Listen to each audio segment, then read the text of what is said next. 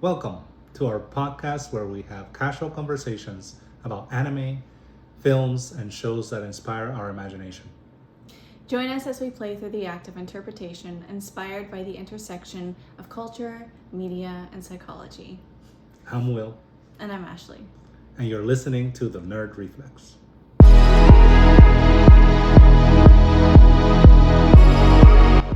Okay, so I guess we'll start with a short introduction about who we are since this is our first podcast episode together. I'm Ashley, and I've been an anime nerd since around 2008 when Ponyo was first released in the US for streaming.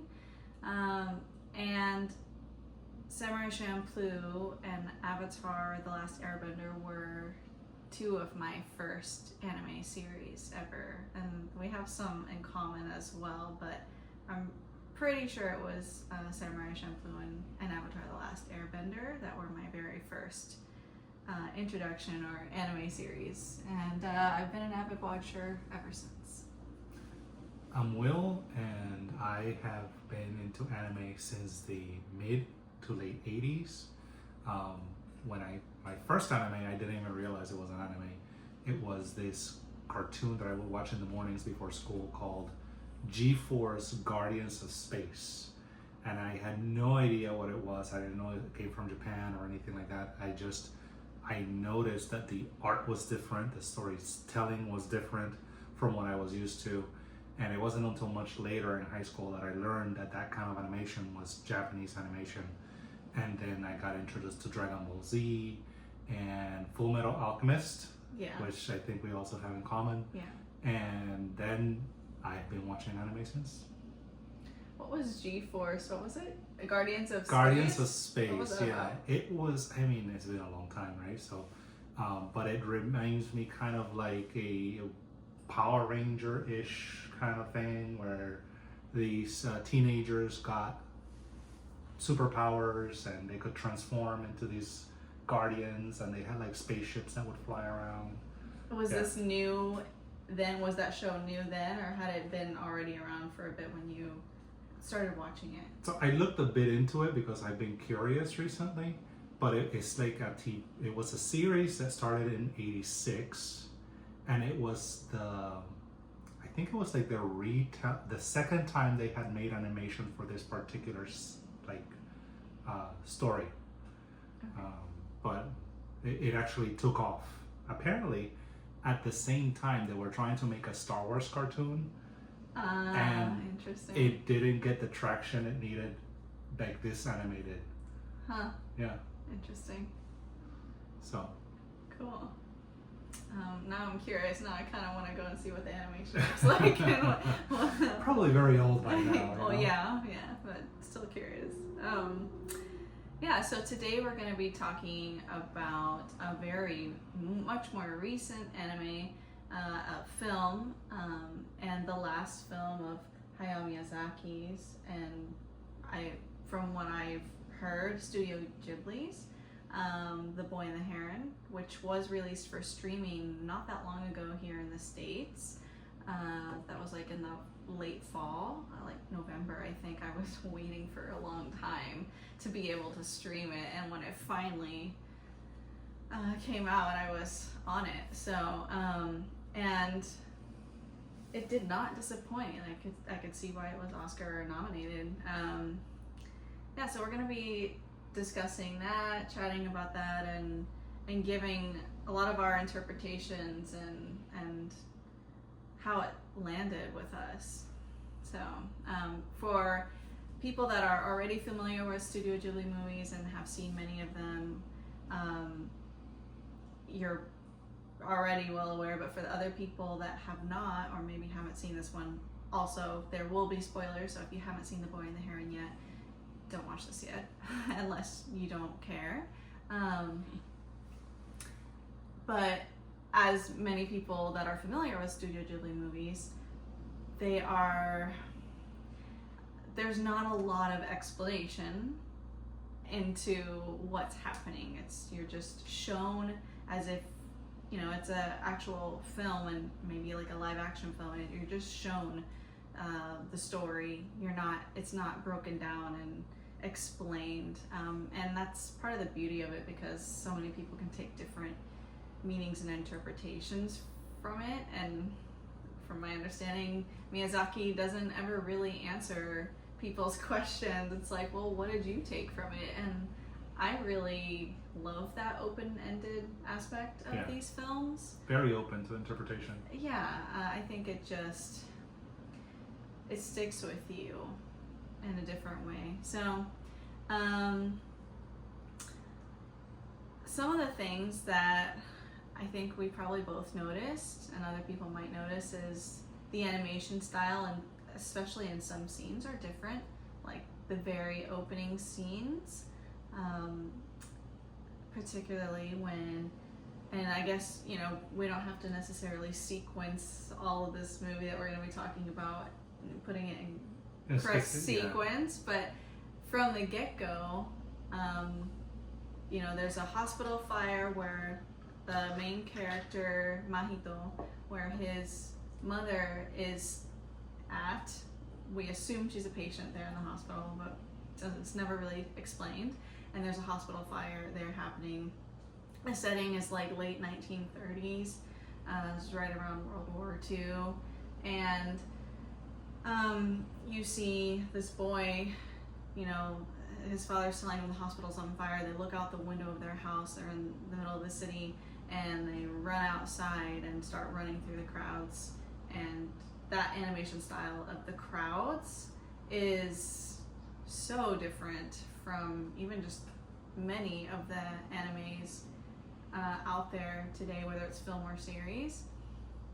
I'm curious if, and I have to think that some of that might be CGI, which Miyazaki has been known to sort of distance himself from. I think there's been interviews where he said, you know, the maximum they've integrated CGI into their animation is like no more than 10%, I believe, and he's much more preferred to do things by hand. He's had a lot of distrust or mistrust with doing CGI. It just feels like that steals the human element of it. And then there's documentaries where you see him trying to work with younger generations who they do so much more with CGI, and it's like he has this attraction and fascination to it, and kind of like this push-pull dynamic between whether to use or not.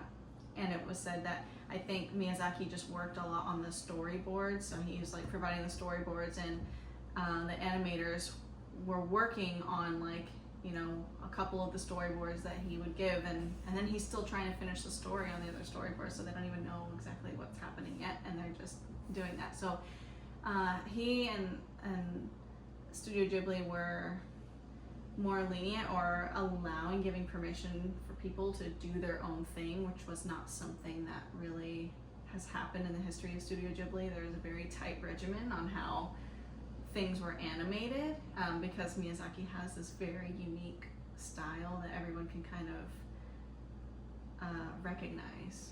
So I thought that was interesting, that very opening scene where they're running through the crowd, because it was very emotionally moving, and seeing like this dreamlike quality to it where there's all of these blurred faces, which is I think very true or authentic to what like a young child, or maybe even anyone, might be experiencing in that horrifying situation of like running toward a burning hospital where your parent and your mother might be.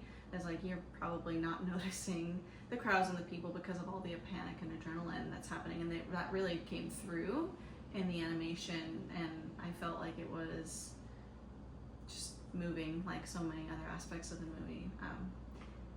I'll give you a turn. I've been talking a lot. What are your thoughts? Well, no, that you're right. That scene is very unique from the rest of the movie.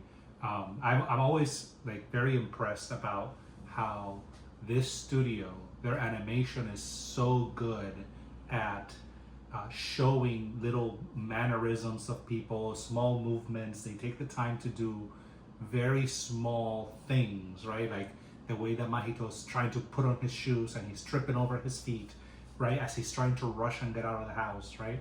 And that first scene where he's running through the streets and all the animation changes is very chaotic, right?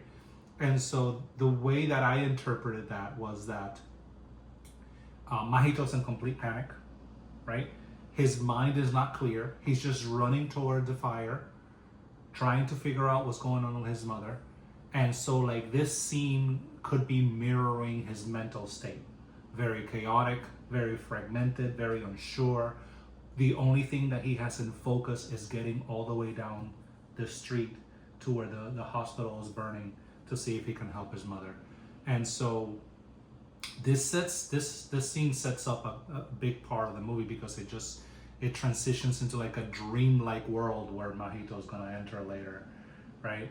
And we see that later in the movie as when he has memories or flashbacks or dreams about the fire, it always takes back on this changing animation. Yeah, there's definitely like this very fluid quality to the art in that opening scene, and it's true, like it feels like right from the beginning they make such a strong statement about they make such a strong statement just that with the art and with the sirens. It's like that's the first thing that you hear. It's kind of jarring, and then you find out, the narration starts and it's 1 year after the hospital burns down. They're 3 years into this war, and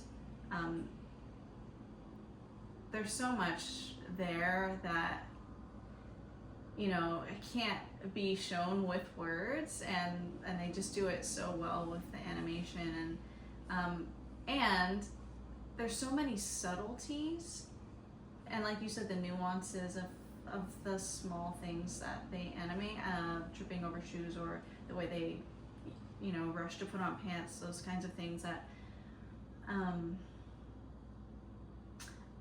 it's one of the reasons why I love Studio Ghibli movies so much, is that I feel when I watch it, I feel this, like I could be in that scene. Like I could feel the quality of what they are showing and what you're hearing. So there's a very specific scene where Mahito he's making the arrow. He's making bow and arrow himself, and you see him like carving, and he's got this motivation to go after this heron that he feels like stalking him. So he's creating this bow and arrow from bamboo, and he's trying to find a way to make it stay in the air longer, like as he practices, and it's like just going straight down. It's not really catching much air, and decides to use the heron's own feathers to help it fly. And to make it stick, he uses the sticky rice, and he goes like, he's like got this idea. It's such a clever boy. He goes and which I think sticky rice has been used probably for a lot of crafting things to make, because it is, when it dries, it is so hard to unstick. Have personal experience from trying to wash things with sticky rice, but anyways, he goes downstairs where there's a bowl of rice cupboard, right, and then he grabs it, he starts chewing it, and then he mashes down like the bits there, the starch, into the slits where he's trying to glue or stick in the feathers. And that scene for me really just like, I felt it just stuck, because it's such a very small part of the movie, right? It's not like this really big important scene, and yet it's this subtlety, this nuance of making you feel like you're right there. The sounds and the aspect of imagining what that feels or tastes like. For me, it's a very embodied experience to like sit there and see this happening. It's like I'm right there with them. So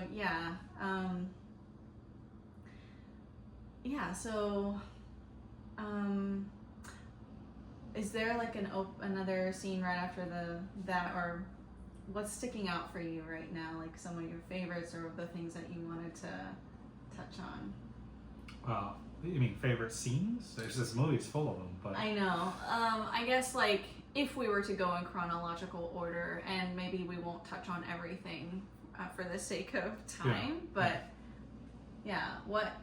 So something that you said, for example, was that how they set the scene for the rest of the movie in this, where Mahito sort of enters this dreamlike world. For me, a big part of the movie is the facial expressions that they use throughout most of the movie. They make a point of just after, like you mentioned that a year later, they're 3 years into the war. We learned that his mother did die in the hospital fire, and now he's moving from the city to the country with his father, right? And what we see from Mahito for most of the first half of the movie, maybe even more, is that he has this expression in his face of just being completely flat. He displays very little emotion, if any at all, right? He's very robotic with the way he interacts with others. He's just kind of like doing everything just out of custom and has no emotion or feeling behind it.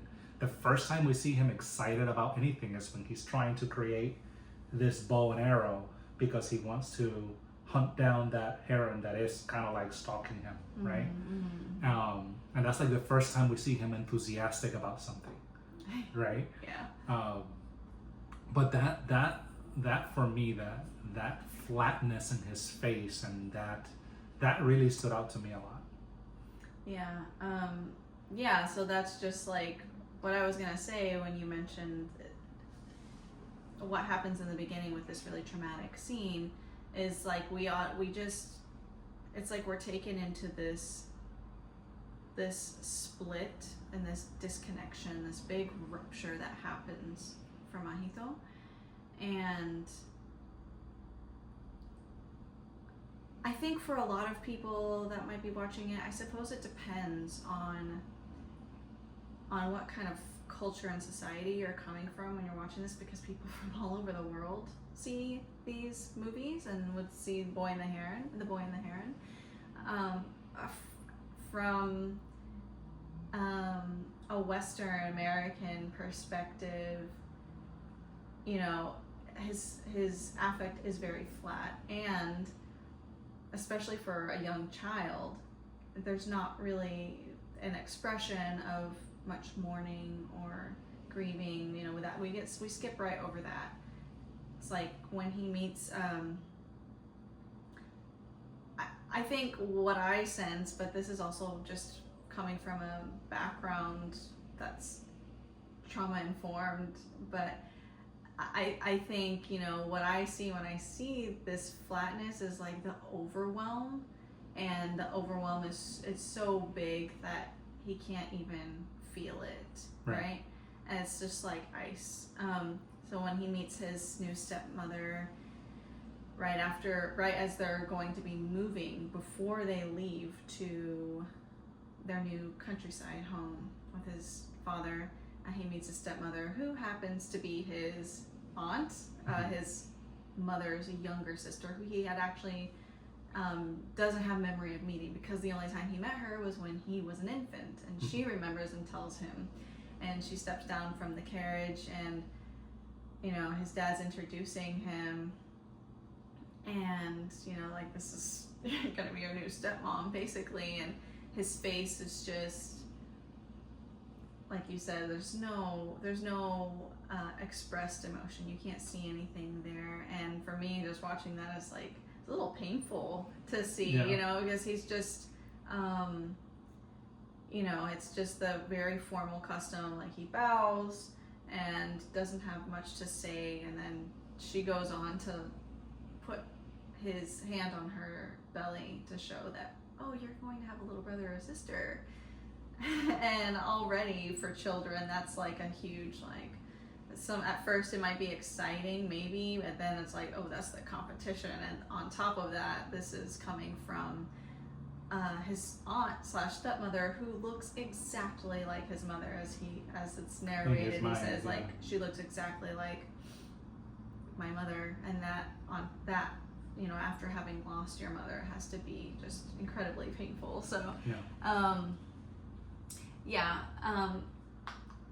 so then they get back to the countryside home, and it's a very different environment. It looks very beautiful, and that's when we get to see the Heron, the other star, one of the other stars of the movie, the Heron, right? Yeah. Who at first, just the first introduction of it is him flying to kind of like greet the new guest, right? He flies into the house almost. I mean, it's still outside, but it's outdoors, but it's into the house, and just swoops down right next to Mahito, and then elegantly lands on the water, right? And even Natsuko, his stepmother, comments that he's never come inside before, right?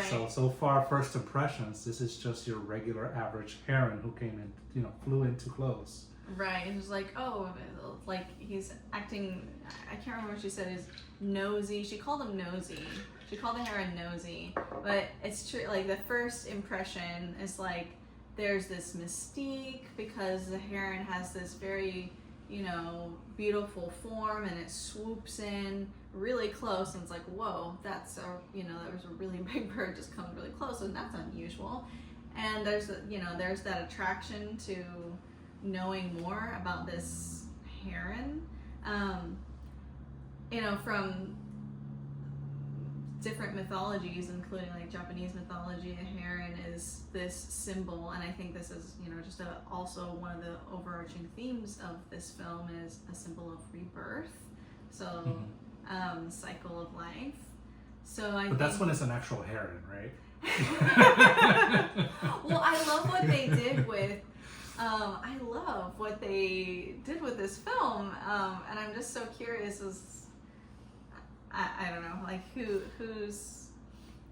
how much of it was a joint effort in the story, like where the inspiration comes from. Something we forgot to mention was, many of you may or may not know, but The Boy and the Heron was inspired by one of Miyazaki's childhood favorite books that was written in the 1930s. It's called How Do You Live? And that actually that book gets a quick feature in the film as a very heart-touching moment. A book that was left for Mahito from his mother, right? Yeah, there's like a pile of books stumbles over once he's at his desk in his new bedroom in the new house, and he sees it, and there was a handwritten note inside of it from like the autumn of one of these years that she had written to him. So it was a very emotional moment, and I just started reading this book because there's an English translation that's made available more recently in the last, I don't know how many years, because it was obviously written in Japanese. So I can see some of the inspiration even in the first couple of chapters. That's as far as I've gotten.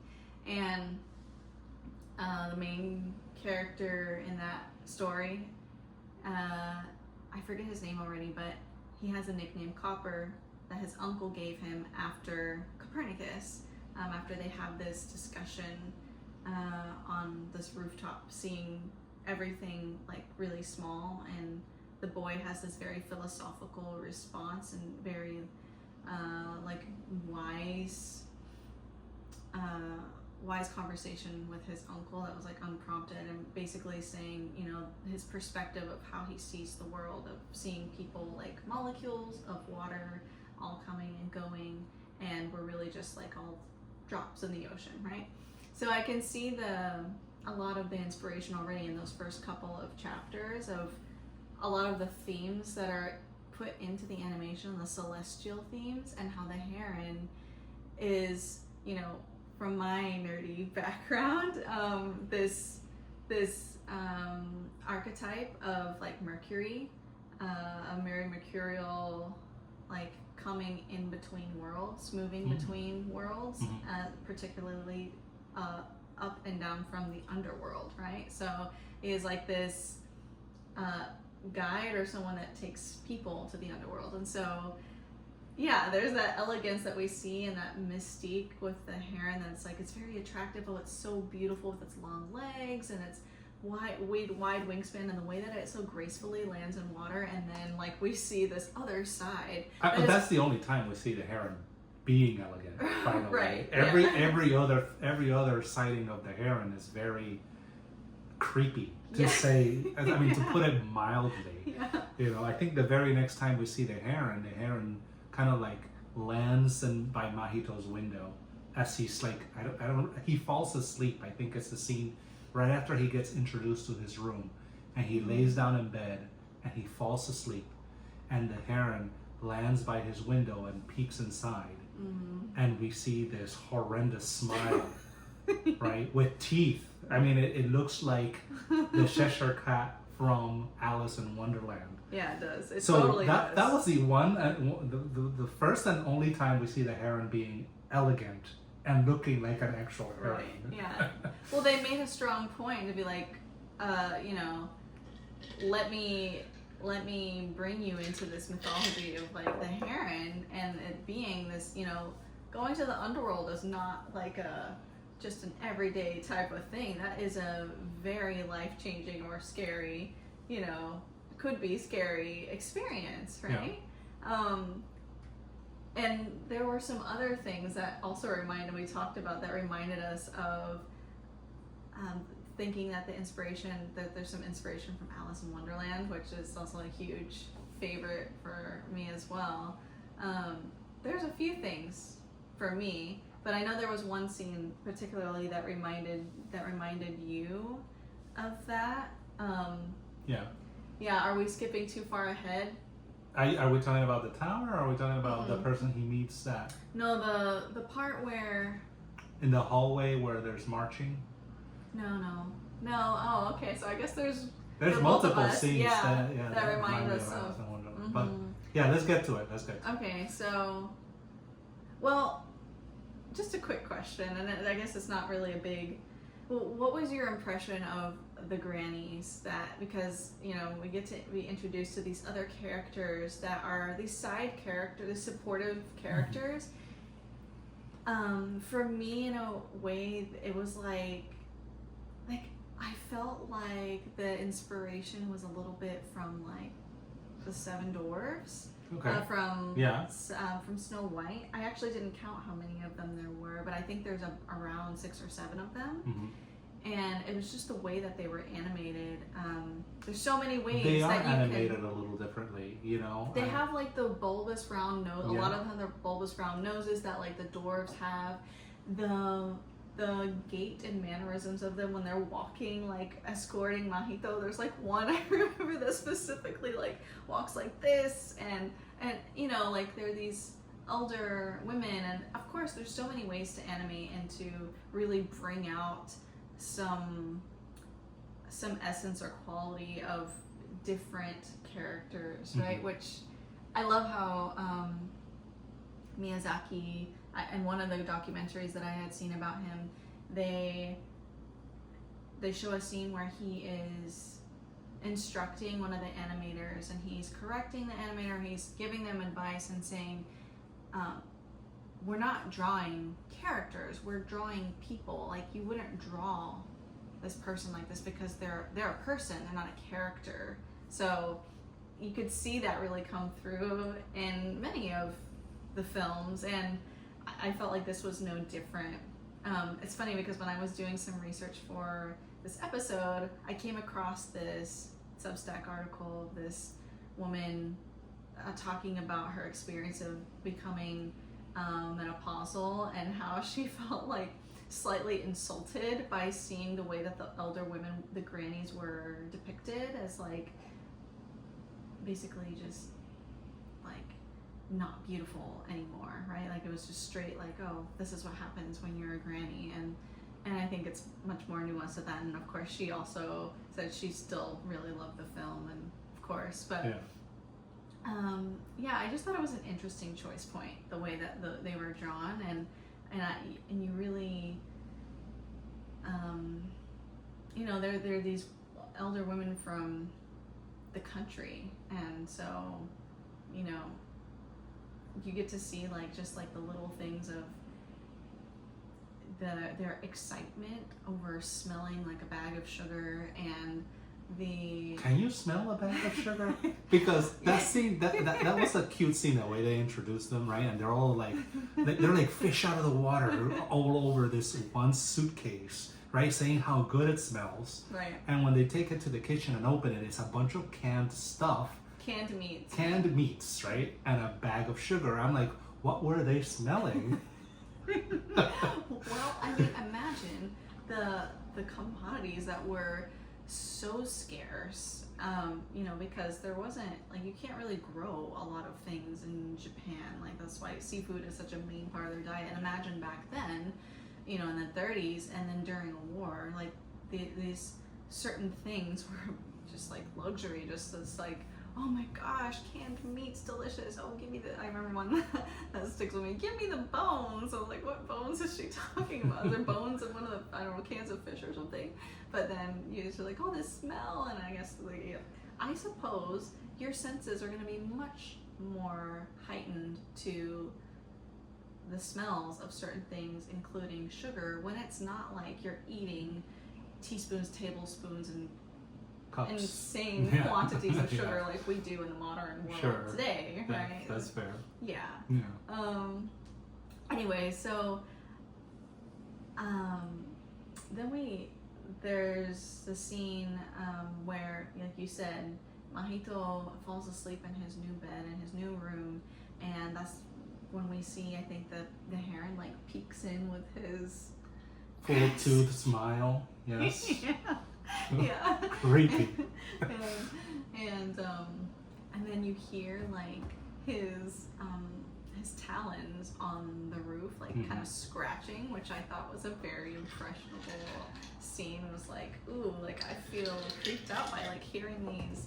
I mean, it's kind of like when a bird lands on the roof of a car, or if you're higher up, like we live in a higher up apartment, so sometimes you can kind of hear them landing and perching.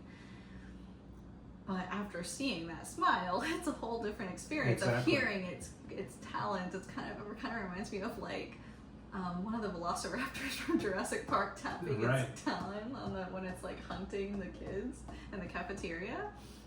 That's what it reminds me of a little bit. But and then there's this.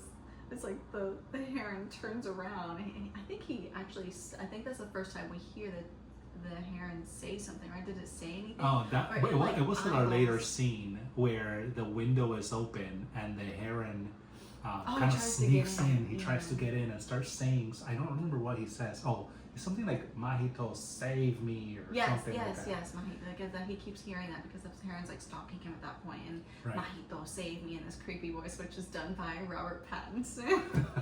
My huge Hollywood crush, and I'm like, how did he do that? I can't even imagine him doing that voice, but like, he's a great actor, so I'm curious what his process for practicing this voice was. Like what I haven't really looked into it, like what he did to try and do this voice or the Heron, which was a really good job. But and then he turns around and there's poops all over all over the windowsill.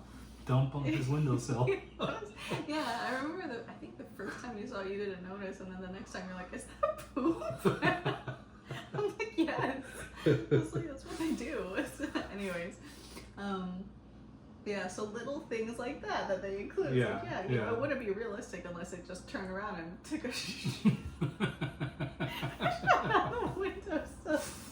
Anyways, and then,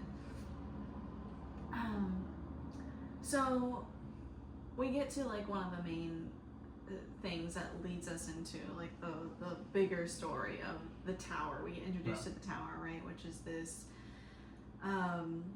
huge building on the side, like sort of back, like through the kind of around the forest area of this house or estate that they live in now. Yeah. And there's a story that's shared where Natsuko, the aunt/stepmother, shares with Mahito after he discovers he's like following the heron who's molting these feathers, and he's trying to follow because, like you said, there's this cartoonish scene.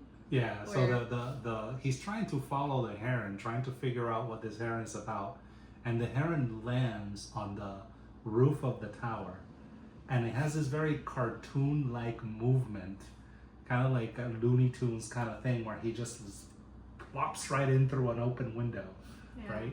And Mahito is trying to follow him into the tower, and he sneaks in through an open gate that he finds. And as he's walking into the tower, it's just mud everywhere. And he's picking up the feathers that he thinks are from the heron. And then the space just keeps getting narrower and narrower and narrower until it gets to a point that he can't go in any further. He doesn't fit through the opening. But he still sees the feathers coming down from the staircase behind from what the view that he has. It's like, now that you mentioned that scene where the heron like sucks himself, he like kind of does this weird like contortion and then sucks himself into the window. At the top of this tower, it's like this small window. To me, I like that's kind of like one of the, for me, from a mythological lens, I see as like, oh, there's Mercury, you see Mercury, now you don't see Mercury, or you see Hermes, now you don't see him like disappearing into the underworld. And Mahito's trying to follow him. There's this attraction, there's this like between the two, there's this, you know, like this pulling between the two, and obviously because the heron is just kind of like tormenting Mahito with this, he keeps hearing like, save me, which is like not normal. It's like, what is going on? Why is this heron coming after me? And you know, he's trying to like figure it out and like stop it, like what, you know, face it, and he's going straight after it. And then that scene where he's trying to squeeze into the blocked entrance, it's like before he gets over there, you mentioned all the mud that was there, and we learned that mud is probably because of just like the poor irrigation in that area of the land, where there used to be this bridge that connected the sort of estate to this tower that existed, and then there was a flood that broke it, and when it broke, it also unsealed all of these tunnels that are part of this tower that are sort of like underground in a way, or like you can't really see them, and it broke open those seals. And there's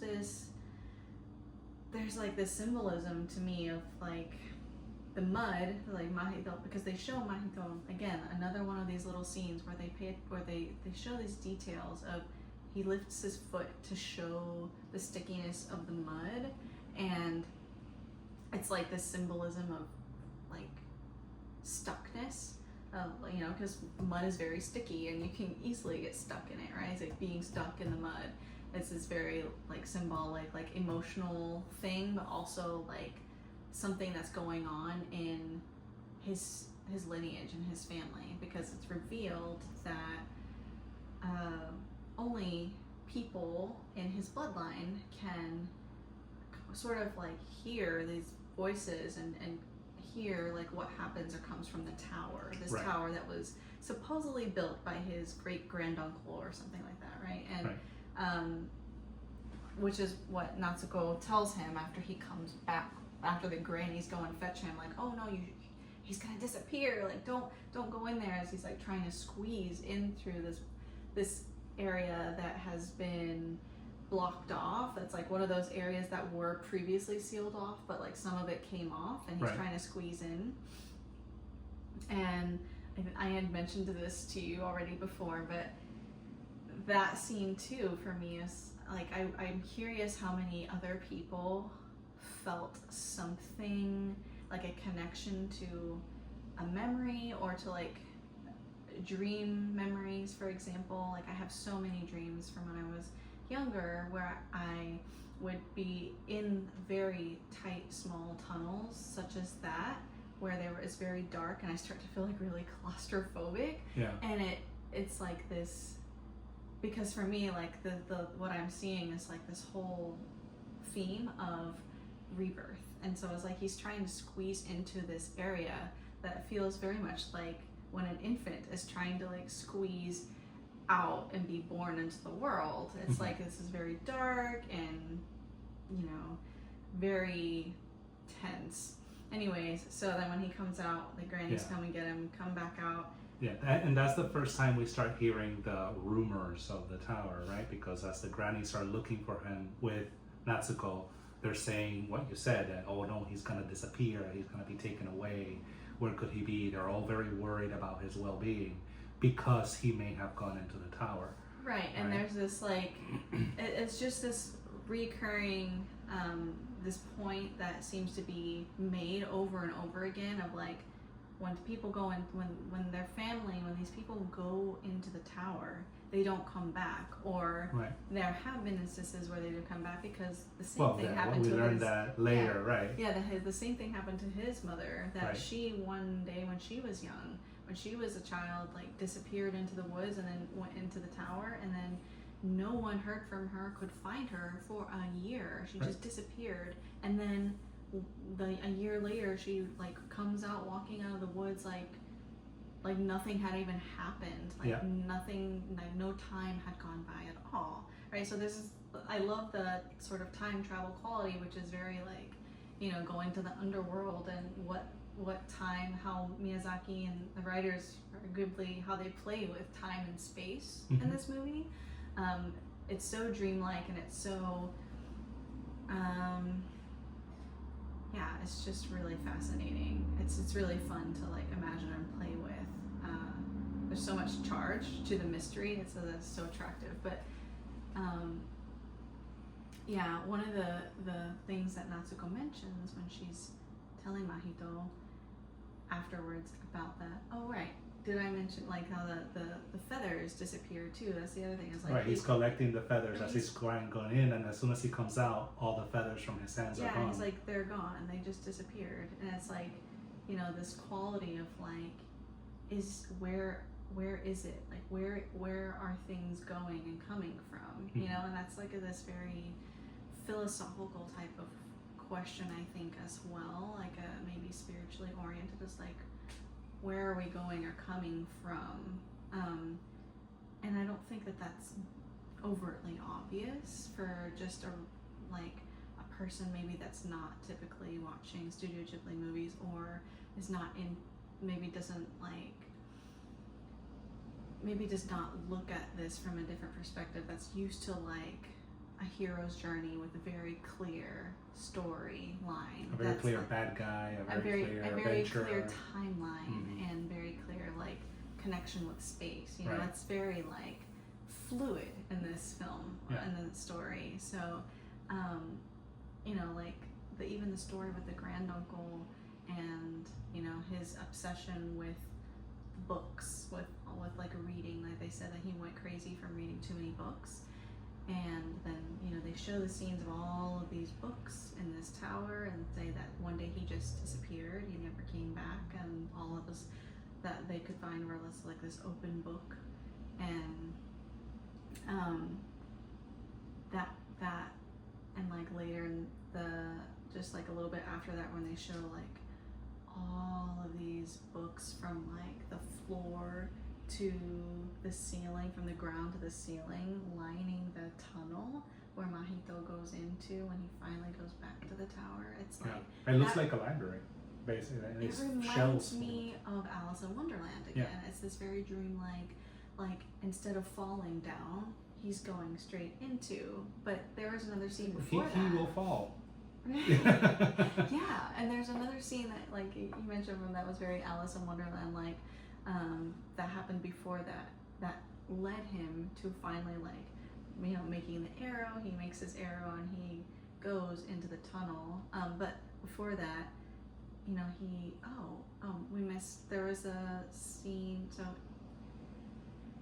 he has to, one of the things is he has to, go to a new school, and his dad, who is very like, who's, this is also based off of Miyazaki's life.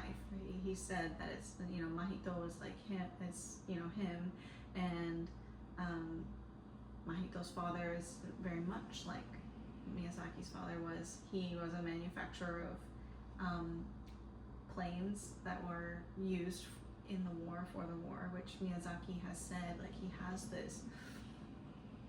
this very strong attraction.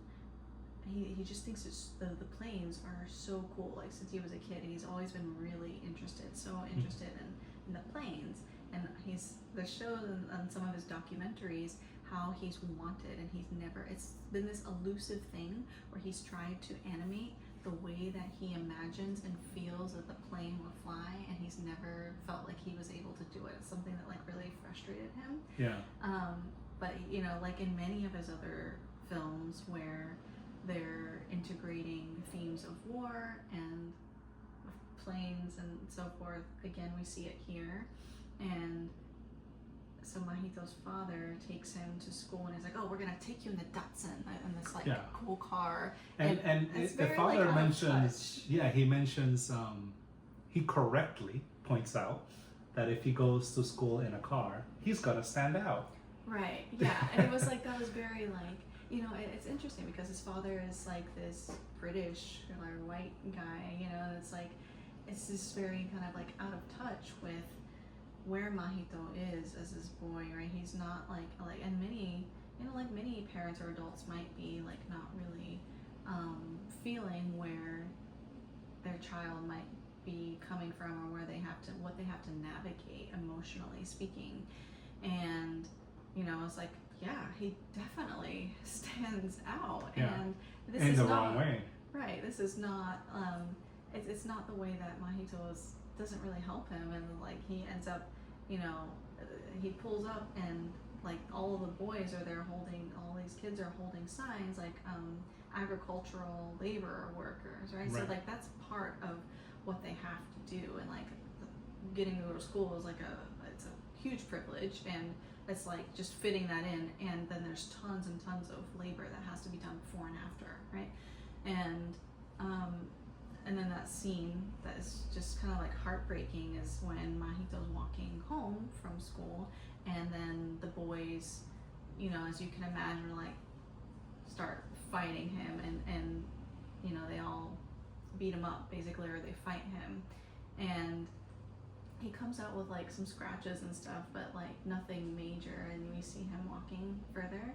And then that was when there was this really like gut-wrenching scene where and I know that like in a lot of Miyazaki's films, like he's made it a point not really to show a lot of blood, except for like in Princess Mononoke, and which was very graphic.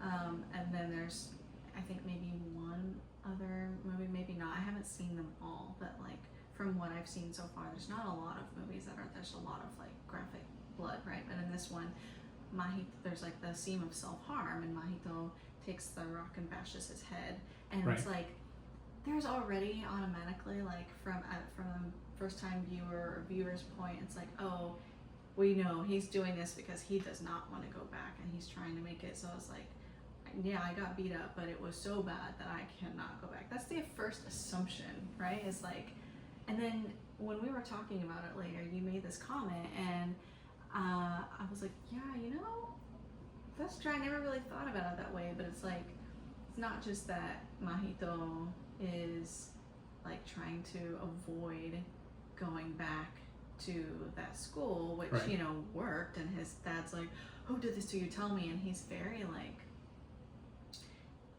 it's like you part of, as a viewer, like my first impression was like, oh, he's very clever to just be like, oh, I just fell and tripped to play, sort of like, no, nothing happened, like he's trying to hide it, right? And then it kind of gives further insight into why he might have, when you said you want to share like what you shared with me, like that he's just, like overwhelmed, like he's Yeah. like he's struggling to even feel anything, and that makes Right. so much sense. Right, and it comes back to what we had mentioned earlier, that every interaction that he's had up to this point, he's just had this completely flat face. He only responds almost robotically, right, in all his interactions. He's just all the pleasantries are just kind of like out of routine. And you mentioned that in the scene where he's walking through the mud, that kind of represents stuckness, and he's very likely just emotionally stuck. He's struggling to feel anything, right? And the scene with him striking himself in the head with the rock, it could be a few things, right? It could be frustration about what just happened to him, right? It could be that he's just having a desire to feel something, and the only thing that he can control is feeling the pain of the strike that he's giving himself, right? So it's like, in a way, he's trying to take control of what's going on in his life again. Yeah, that totally tracks. And what's telling about that, especially, is because of his again, his flat affect, his reaction, you know, to when he does it is like nothing. You know, it's just like he hits himself, no tears, no contraction in the face. It's just frozen. Yeah. And it just makes me think of like, it makes me curious as to what Miyazaki wanted, what else he wanted to communicate, perhaps from his own experience as a young boy and like growing up during the war, you know, and in Japan, and what he wants to communicate about like how this affects children and boys, and what, you know, what they carry with them that they don't feel like they can express or share. You know, it's really, I felt like that was a really important scene, you know, and anyways. And it is. I mean, it plays a big role into what happens at the end of the movie. Yeah, right. Yeah. So, then he gets a fever. Right? Yeah, well, now he's recovering, from, right? Because now that you see the scenes where the doctor comes in and he's working they shave part of his head, right? And they're stitching it up and they're fixing whatever. And he's not feeling well. He's in bed. He's sick. The Heron is still tormenting him, right? And so now he wants to go after the Heron, right? Right. Yeah. Oh, was this? Yeah. So, and then as he starts to, he has this fever, right? He does. That you know, he's like in the bed after being hit. He gets this fever, and he falls into this. You know, he falls asleep, and we see what you might assume is a dream. And this is what I love again, is that there's no answer there. There's no like, oh yes, it was a dream. And I think one of the grannies, after this incident happens, the granny says, oh, what are you talking about? It must have been a dream. Right. But there's no real answer, and I love that, because dreams, also this is like very nerdy philosophical, but like dreams can be so,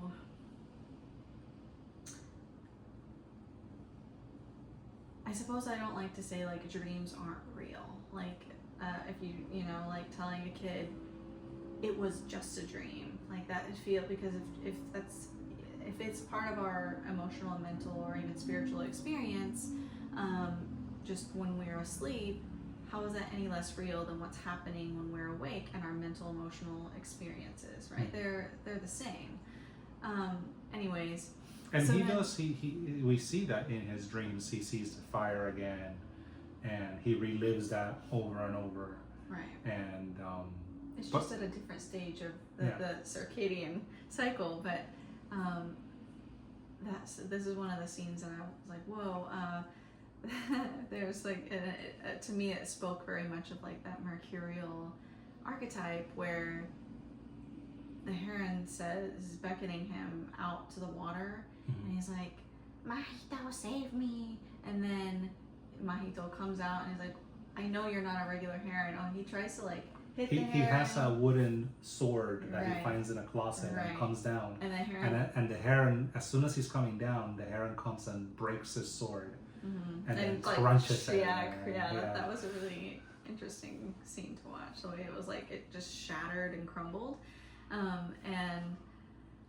and then he's like, you know, like, I know you're not a regular heron. What do you want? And then the heron's like, oh, you know, your mother's still alive. She wants you to save him. He's like, no, my mother's dead. And he's like, oh, these are lies. These are all, it's a trick that humans play. And it was like this, you could already see like this dialogue that's happening for Mahito. Is like this denial of like, is it true or is it not? Like, is she really, because I never saw her, you know, again. So it's like, there's always like, well, what if, like this hope, what if, could she still be alive? It's like, oh, it's a trick. It's a trick that humans play. And I was like, oof. And you didn't see the body. Right. And then he's like, oh, you come and save her. And then like, you know, the heron like gulps down that fish, and it's just like so like, ooh, it's like and just to see the way it like slides down his throat, I felt like there was something again sort of symbolic there, but it also could just be written off as like just some, you know, part of the art, you know, but it's like this gulping down this like resolving this huge piece of karma that's about to go through. So then all this creepy chanting fish start coming up, join us, join us. And the frogs are climbing, which the frogs are also, the toads are, you know, they're very symbolic of rebirth. So it's like they're all like climbing on him, and it's this very like underworld type of scene. Like he's starting to get buried and submerged in these toads, and like the fish looks like the water. It's all this very emotional, very dark scene with the chanting, right? Yeah. And then Natsuko comes out with all the grannies, and she comes out in this very like goddess of the moon type of like, where she draws the bow back and she lets it go and scares off the heron. But it was the second time around when I was watching it that I noticed her yukata had it looks like patterns of arrows, like the feathers and then the shafts. So I thought that was really interesting. It wasn't a detail that I noticed the first time around. But when he is waking up, the very next thing we see him is like, wake up. Right, and then as he wakes up, he's like floating up through this water, and you said it was like, oh, that reminds me of Alice in Wonderland, like when she's floating in her like napping or dreaming, and there's like this spinning motion, and he's like slowly spinning up from the water. So that was a cool thing to, you know, the way they animated that. But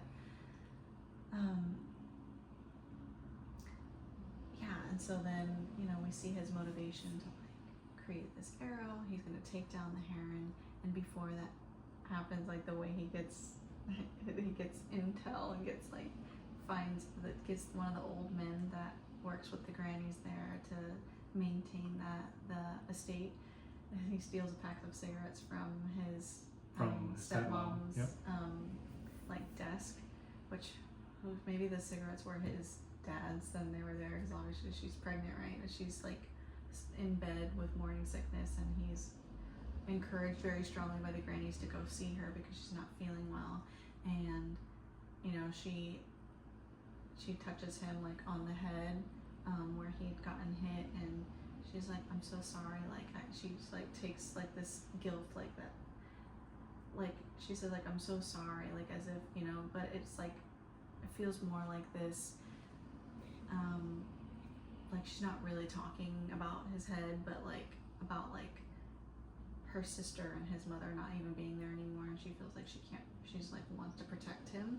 And that's the first reaction that you see in his eyes. You see a spark in his eyes, and he's like, you know, like he felt, ooh, that was too close, like that was really close to my heart, which I must protect, you know, because she reaches out and she looks just like his mother. It's like she's, you know, it's like it's a really emotionally heartstring tugging scene for me.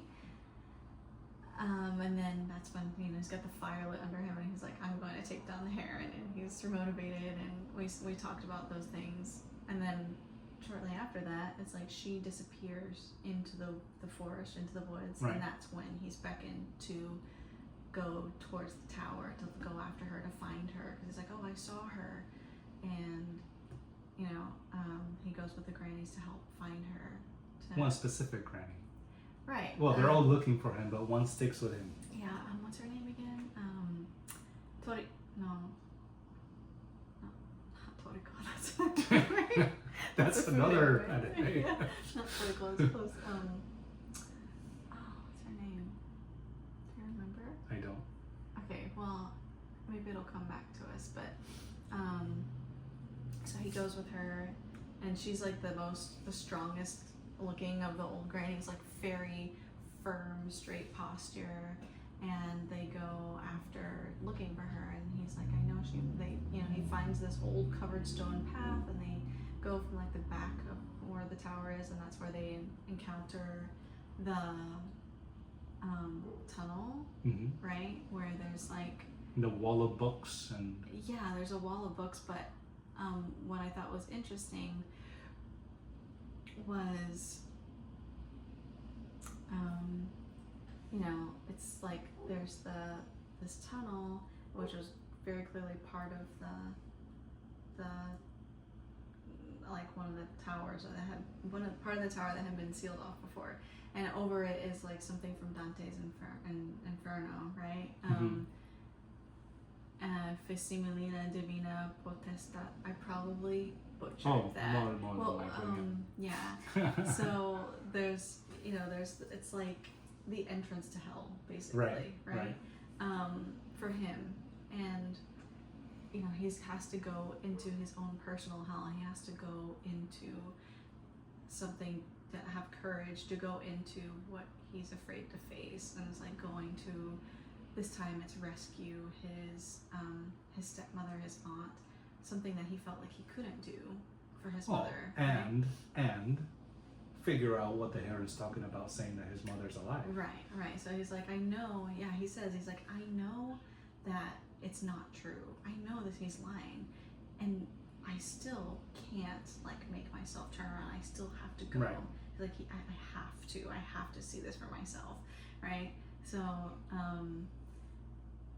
then, you know, like the walls come down, the Heron comes out from the wall, which was like really creepy. Like he's like part of the wall, and he just like he's comes like a out. painting on it. Right, and that to me again was like so mercurial. It's like these illusions and these tricks. It's like a Mercury is like this trickster. It's like he's this tricks that are being played on Mahito. It's like when he comes out, and then it's like he's beckoning him, like, oh, come look, she's right here, and it's clearly like an illusion. Right.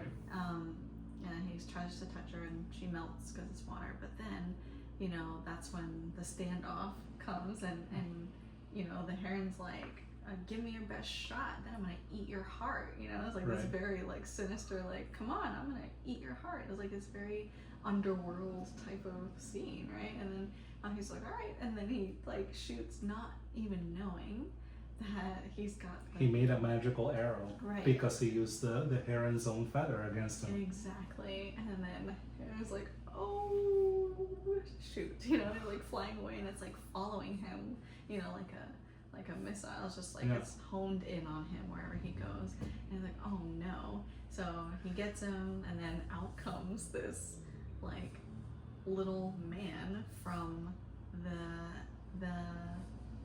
Herons, like it's like the Heron's just like the meat suit sort of, and there's like, you know, what you could assume some is sort like of gremlin inside. well, what you could assume is like a demon or like a spirit, you know. It's not a yokai. not really what it seems, right? It's not the Heron. So anyway, but in the form of like human-ish, right? And then it was just like, it just takes on this whole other feeling and quality. Yeah.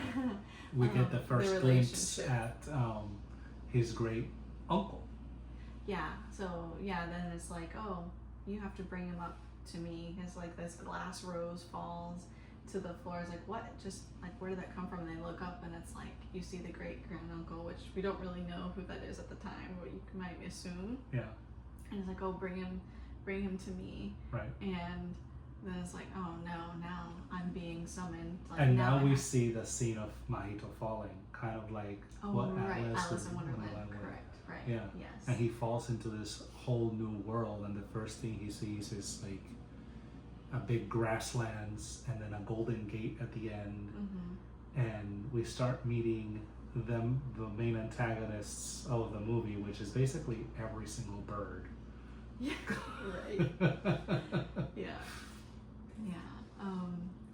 Yeah. So they really took like giving the different roles of people in society to different kinds of birds. Like, well, you know, like the soldier military type of person would be the parrots. And, so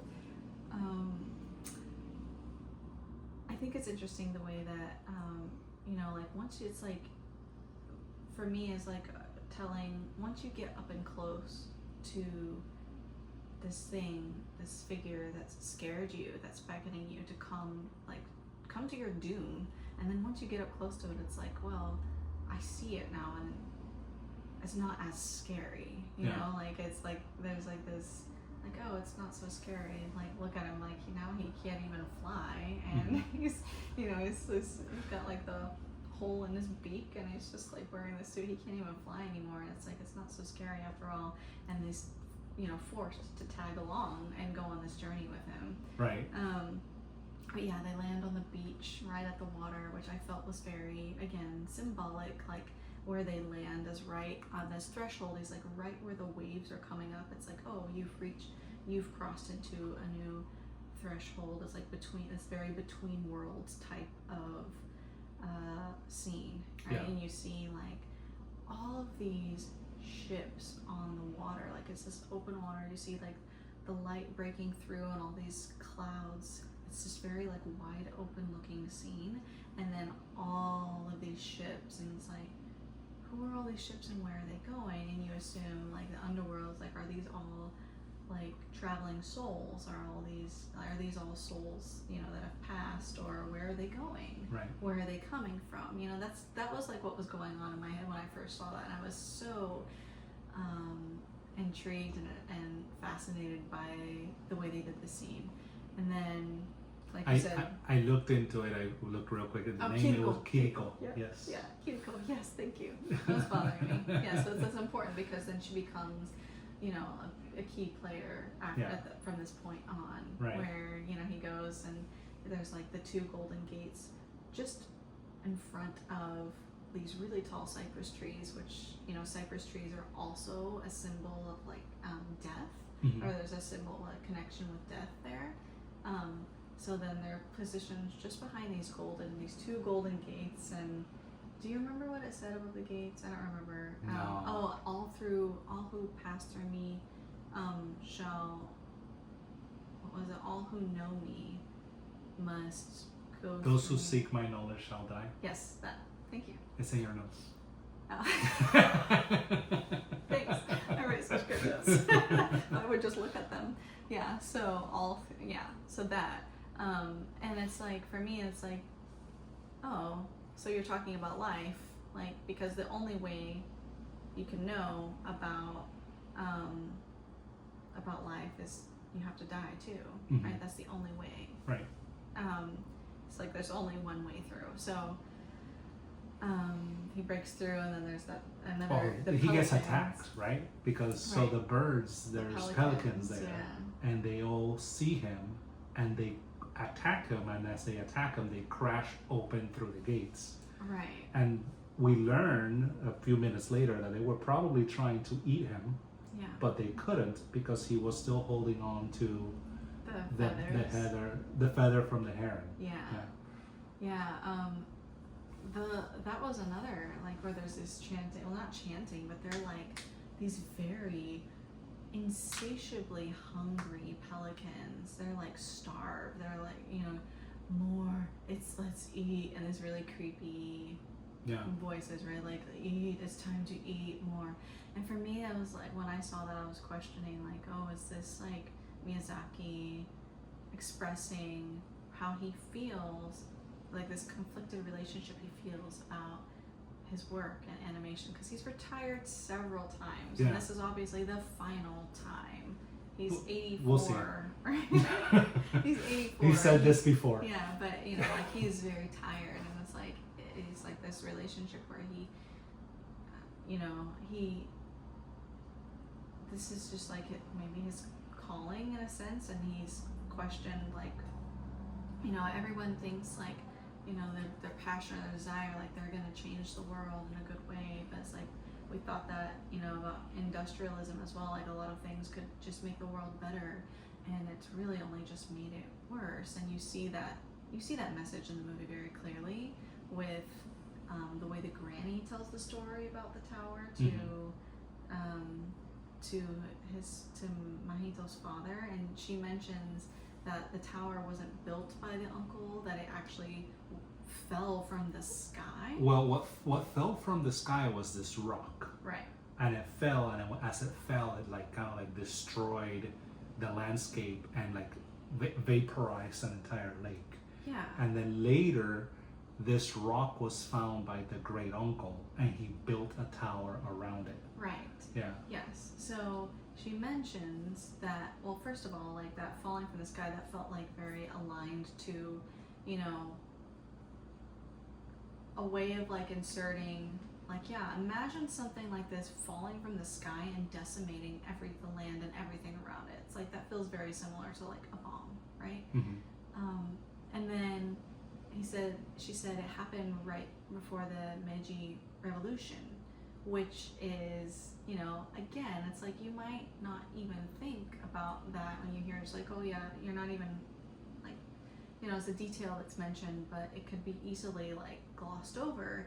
But it's like she mentions that, and then you see that this has to do with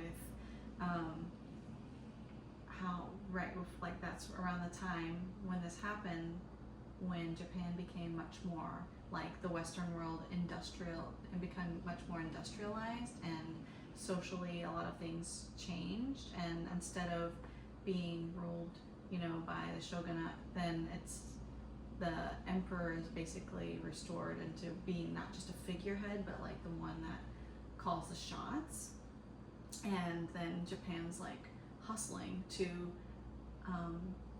you know, have all these resources, to get these resources in, to produce all this technology and send it out, acquire more wealth very rapidly, but also sending many like soldiers and people out to like towards France and other places to learn the military tactics in this sort of attempt to dominate, right, and become like, at least keep up with, from their perspective, keep up with the modern Western world, with military and technology and essentially power. And so I feel like Miyazaki is making a point by like putting that, like, this happened right before the Meiji Revolution. What happened then, as like all of these things rapidly, this industrialism accelerated, and things drastically changed, and all of this grabs for power led to like these devastating wars that just ripple out, and you know, he's very adamant about showing sort of these overarching themes throughout his films of pacifism. So I felt like that was an important point made there, but I kind of went on a tangent and got off track where so he, you know, is protected by these feathers, right? But then I feel like the scenes where the pelicans are like, more, right, it's time to eat, was just another, there was like multiple things happening there. There's like multiple layers there. It's like, was it Miyazaki saying like, this is how he feels about his career, and like people just demanding like more, it's never enough, like give us more, or you know, like, oh, I have to do more, I have to work more, I'm very exhausted, I'm tired, I just want to retire. And or is it like the masses of people, like consumers, like give me more, and how that also just kind of plays out in like this reaching for power from Yeah, countries. I think it gives another good hint because we do meet the pelicans again just a little bit later because at that moment he's saved by who we learn is Kiriko, the old granny that came in with him, but a much younger version of herself, right? And he helps her fish, get a gigantic fish, and open it up, and that's where we meet the Wara Wara. Yeah. The Wara Wara is so cute. Oh man, it's like Miyazaki knew just how to like make you like, oh, because that's like he has this thing for children, not thing, but like he's really seems to love children, and like he loves like the work that he does for children. And the innocence that you could see in the Wara Wara, like that really comes through. Which, by the way, it's like basically watching the adipose from Doctor Who. They do look exactly right, like that, exactly like that. It's like, wait a second, we've seen them before. But very nicely done, so cute. Yeah. And so we learned that after the Wara Wara feed, and after they've grown enough, they start to fly up into the sky, and the film implies that the Wara Wara are souls that are waiting to be born into the world, right? They're flying up. No, it doesn't even apply. Kiriko says he's like, where are they going? And she's like, they're going to be born. He's like, that's people? And she's like, yeah, of course. What else? Like they're going to where you're from. Yeah. And he's like, as people. It's like, yeah, what else? and this is the first time in the film that Mahito gives some semblance of a smile. That I noticed. Like he gives a smirk watching the Wara Wara fly. Right? But something else that Kiriko says that is very, I think is significant, is that she mentions that they have not flown in a long time. Right? And so it makes you wonder, so what does that mean? Because if this world is the underworld, right? And the Wara Wara haven't flown up in a long time, then what were they referring to, right? Because it's not like babies stop being born, right? Oh, go ahead. Go ahead. Oh no, I'm just saying, well, for me that feels a little bit like commentary on the state of Japan and their declining population, and it feels very like. But that wasn't the case at that time, right? Like that wasn't the case during the time of World War II necessarily.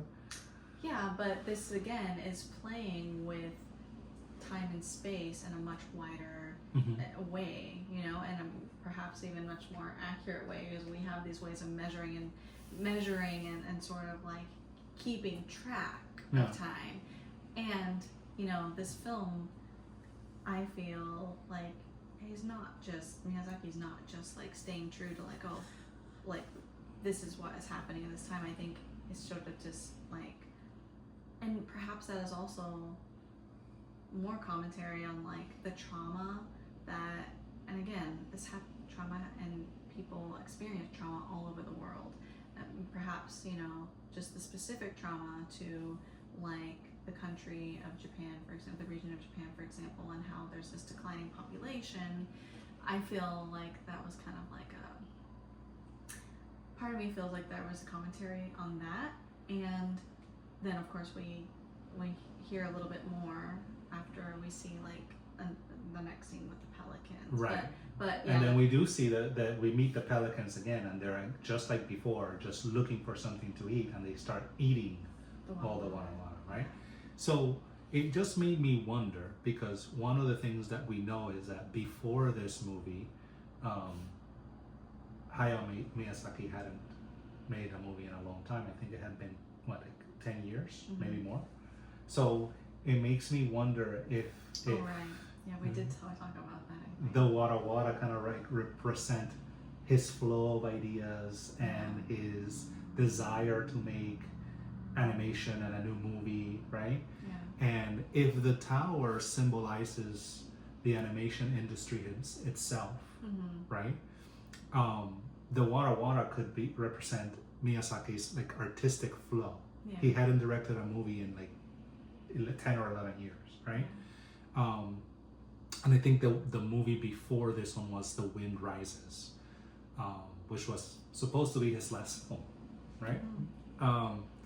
So the bird's consumption of the wara wara could represent corporate greed, mass production, how he's kind of like just devouring all his artistry and his ideas, and then we meet Himi, the fire maiden or the fire princess. I forget how they refer to her. Yeah, the fire maiden. And she starts fighting off all the birds. Well, she starts like catching everyone on fire. She starts like putting everyone on fire, including the wara wara, which Mahito's like, stop! You're hurting the wara wara, and yeah. But by doing that, she does allow some of them to make it, right? To get off and survive. So I just thought that there was a lot of symbolism in that scene. Yeah, I remember we did the first time we saw that we were talking about it after. We were saying like, oh, I wonder if this has to do with like his ideas, like all these new ideas and all this creativity coming forth, like rising.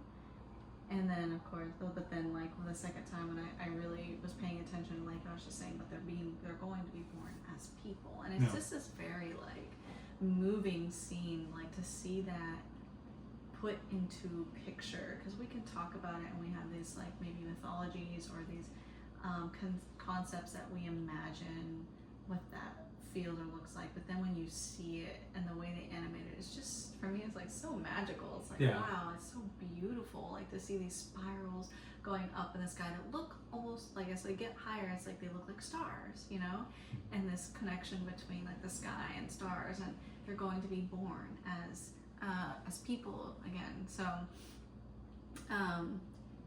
yeah, and then the pelican, you know, Mahito comes across the pelican again as he goes out to the bathroom, and the pelican's like one of this like still dying. It hasn't completely died, and it's like bleeding and coughing up blood, and you know, he's like, why were you trying to do that? And the pelican's saying, we have no choice. Like our young can no longer, they're starting not to be able to fly, and we were by design put here. Like we were put here, we didn't choose this, and we're circling. We have flown as high as we can because we can't get fish anymore. There's no more fish. Right, the sea is dead. We're starving. Yeah, the sea is dead.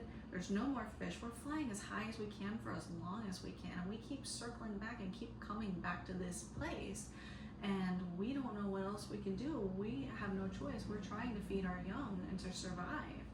And to me, it's like this, you know, Miyazaki presenting, like, just again making this statement that he's made again also about like the earth and the climate, and how like we're just in this really big problem of how do we live, how are we taking care of our earth that's supposed to support and provide for us, when we're just like decimating it in so many ways, through war, through greed, through pollution, you know, like all the ways that all these choices and the ways that we might walk this earth that have these really dire consequences. And so it was just like a really painful thing to see and watch, the pelican like saying this, and it's like, yeah, you can really feel that as like just a real life thing that's happening in the world, even, you know, right now for many people, and why they feel sort of like why they feel they have no choice and might, you know, not have a lot of options of what their choices are to survive.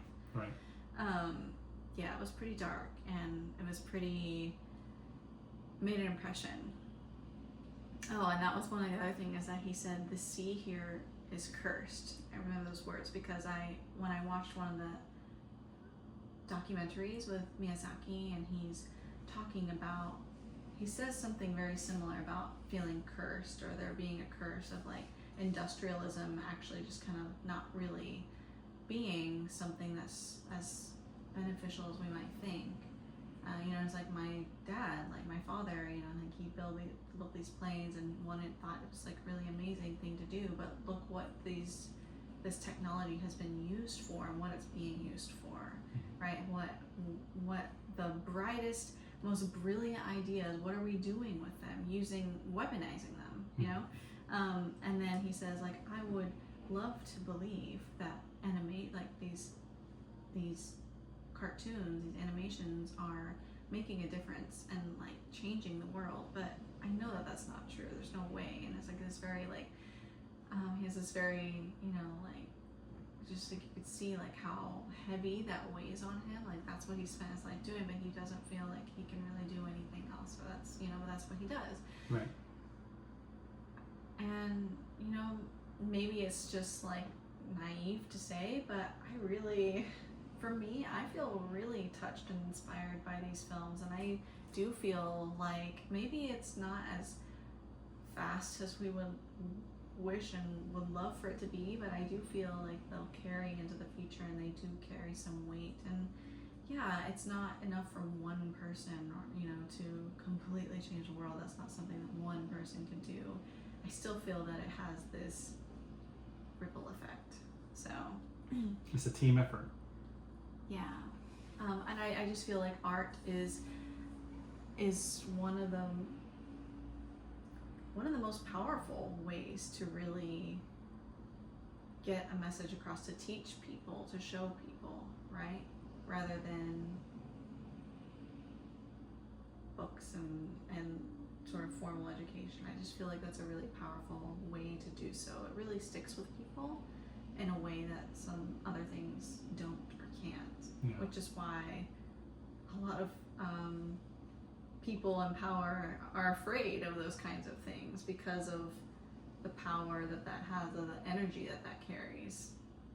And you see that Mahito develops a newfound respect for the pelicans too, because after the pelican dies, he does decide to bury him. Yeah. And at that point, the heron has returned, and the heron comments on, "You're really gonna bury him?" Like, right. I don't think that it gives me the impression the heron wasn't a big fan of the pelicans to begin with. You know, like he saw them as not inferior beings. And so Mahito buries him, and now the heron is back, and they agree that the heron is going to guide him to the tower, to where his great uncle is. And so that's the first time we see the next bird, when they're trying to. Yeah, the parakeets. The parakeets. with their butcher knives. Yeah. And their aprons. Like, Mahito tries to sneak in through a house that the heron tells him he has to get through in order to get to his destination. Right, to get to Natsuko. Yeah, and he gets captured by the parakeets. Right. And then we see Himi one more time, because Himi saves him. Yeah, and I think you pointed out that you thought the parakeets were like the symbol, maybe like they were very militant because of how organized they were, and because of how much they loved their knives, and very like high flying. Yeah. And the way they march is very very like it. When you see like old videos of like the German army in World War II, you know, the way they march mimics that very much. You know, so they were very military oriented, right? Yeah. And later on we see. He meets Himi, right? And there's a point very short from this, not a long time from this, that they're running through a hallway, and you see the shadows of lines of parakeets marching towards them.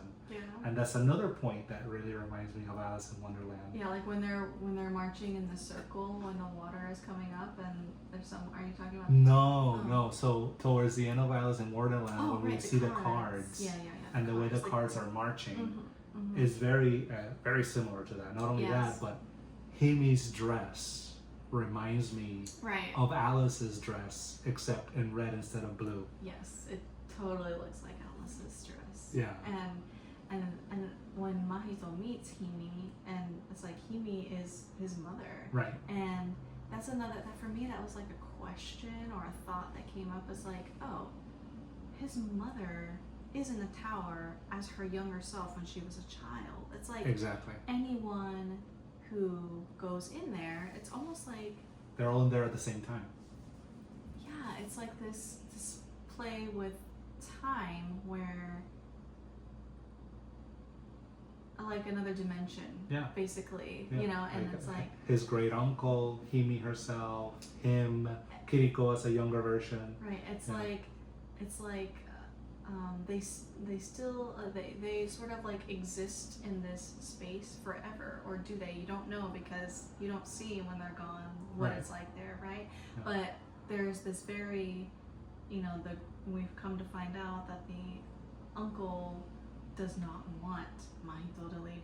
He's very doesn't want people to leave there, right? Himi is still there, even though which is a curious thing, right? Because his mother is dead, Mm-hmm. but his mother, which is the fire maiden, is there alive as her younger self, and Mahito doesn't seem to recognize her, or it's like he hasn't acknowledged that he knows it's her, because she says right when they first meet, she says, he says, I'm here to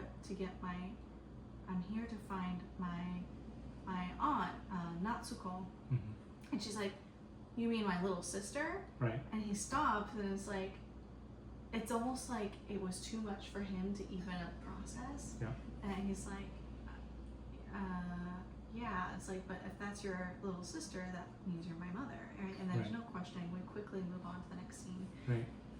And the next scene is very significant too, because this is when she pulls him through the fire, right? And now they're at her house, right? And she makes him something to eat, right? And this is the first time in the film that Mahito really smiles. We see the joy. Yeah, it's like, and it's the joy that you have, like a mother feeding her child. It's like one of the most foundational joys of being fed by your mother, right? Yeah. It's just like something that stays with you. It's a very deep and foundational pleasure.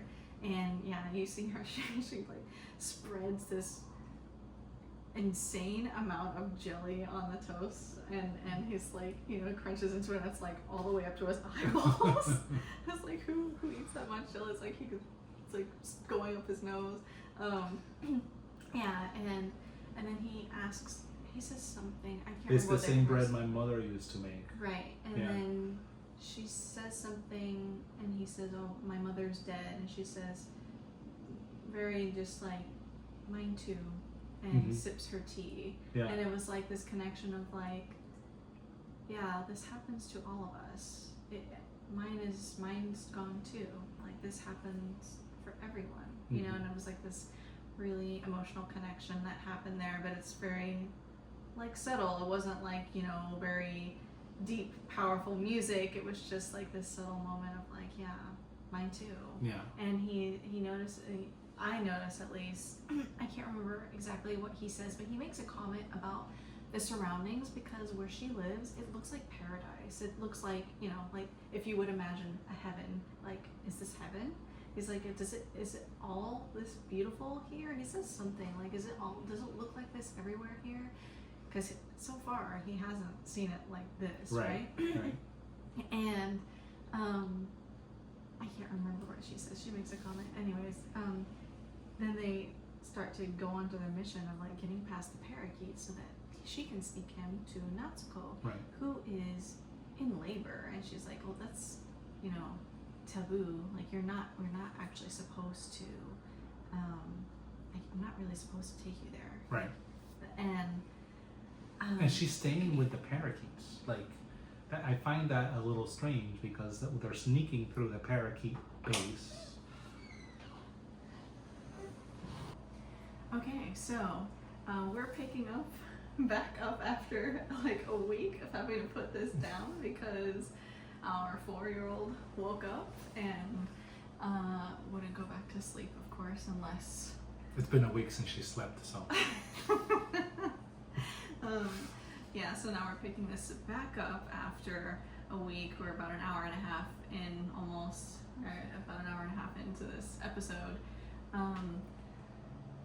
So we left off when we were talking about Mahito meeting his mother in the other world, right? And she fed him the bread. Right, the fire maiden. Yeah. And now they are on their way to find Natsuko, who happens to be staying in one of the towers that's full of those parakeets. Yeah, so this was one of the most moving scenes for me in the movie when they make it to the delivery room. And it was just, for me, it was so full of emotion. Like, it hit me really hard when, so he goes in, there's like the taboo of Mahito not supposed, like no one is supposed to enter the delivery room, right? And, I think this just sort of carries on traditions where no one, or, at least definitely not men or boys, are supposed to be entering in the delivery room. And of course, in different cultures, it might be different. And I think part of this, at least from, maybe more ancient times, or maybe not so ancient, but definitely not so modern, is the idea of the possibility of basically keeping the space safe for the mother and the child, as it's a very vulnerable time. It's like this threshold period, right? And where women going through labor, it's like they're neither really quite here or there. They're like straddling two worlds as they're bringing life into the world. And some traditions would,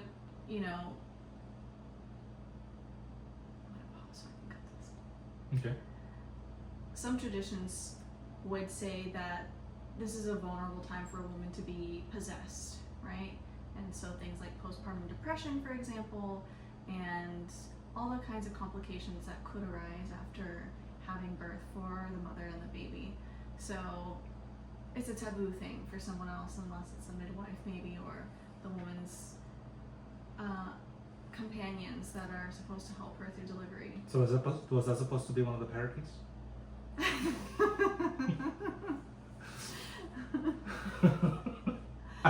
They didn't seem like very good midwives. I'm just saying, they always seem to be carrying knives around. They did assure that we no eat babies. But I thought that part was really wild. We no eat babies. So she's there alone, and Mahito enters, and we spent some time researching again. I was so curious about the papers, sort of streamer-like papers around the bed that are, sort of flowing like a fan, right? They're circulating, and the first thing I think when I see that is like, oh, are those talisman? Are those some kind of protective boundary around her, right? Because she's alone. Right. And I couldn't find a lot about that specifically, except that, very similarly to Spirited Away, they have the shikigami, which are the folded papers, which are like this, basically like spirit in a paper, but there's a difference in that those were more shaped and folded, right? Whereas these papers were just like loose and flowing. Yeah. But they did have there was this animate quality to them where they start attacking Mahito as the emotions start bubbling and rising, and then the tension between them starts rising, and like this is the wrong thing to do in a pregnant woman's delivery room. Yeah. Right. And all of the grief just sort of pours out of Natsuko, and she tells Mahito, she says, "I hate you." Basically just repeating that how much she hates him, and you could see all the pain and grief that she's been holding on to. And I mean, I can imagine you see your sister's son that probably reminds you of your sister, and they're both having the same, it's like looking in the mirror, they're having the same dynamic. They're both in pain, missing, Mahito missing his mother and Natsuko missing her sister, and they look at each other and they see the same thing. They see their sister and the other person, which is even more painful for, and for a time to be able to process that. It's like that longing. That was my interpretation of it. And then, he, struggles and eventually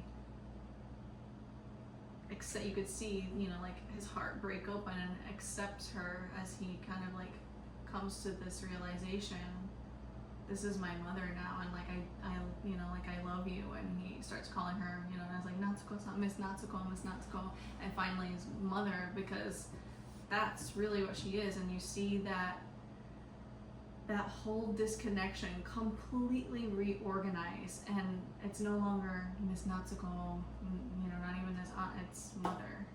And with emotion, right, because he had never shown her emotion yeah, before. it's like you see that whole reconnection, and it's so moving. It's like that definitely brought tears to my eyes.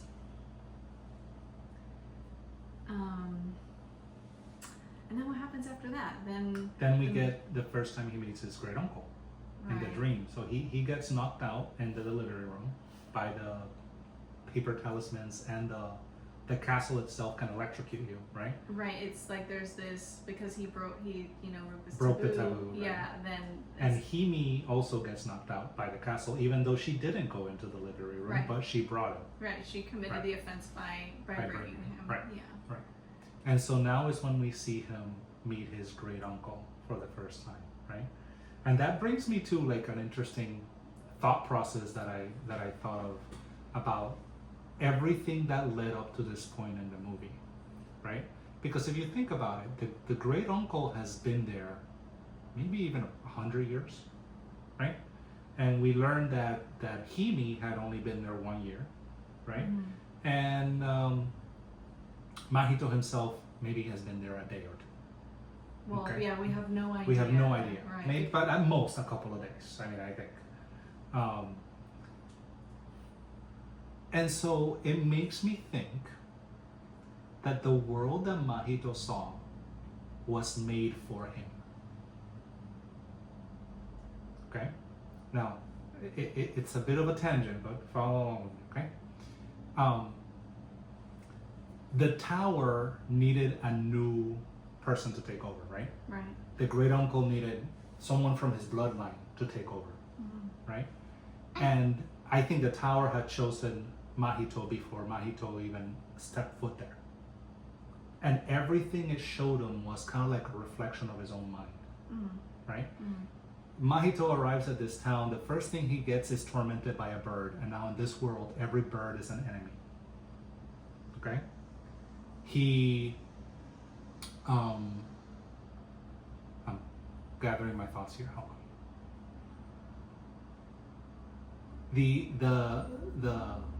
The help from the estate where he's staying, he doesn't think much of them. In fact, he just tries to like learn from them what he can, uses them, doesn't give them much thought. And when he sees them in this world, they're these tiny little dolls that just surround him when he sleeps, right? His mother, who died in a fire, is now this maiden that controls fire and bends it to its will, right? And Natsuko, who is the person that he feels most distant, is staying in the most dangerous place in this world, right? Which is in a tower full of these parakeets in a room that is taboo to penetrate, right? And I feel like that is more symbolism of his mind, right? Like she has become a part of something completely alien to him, right? She exists in a realm that he doesn't fully understand or even accept, because you know, she's gonna give birth to this child that he has the psychological unwillingness to accept, this new life, this new brother from a new mother that he doesn't even want, right?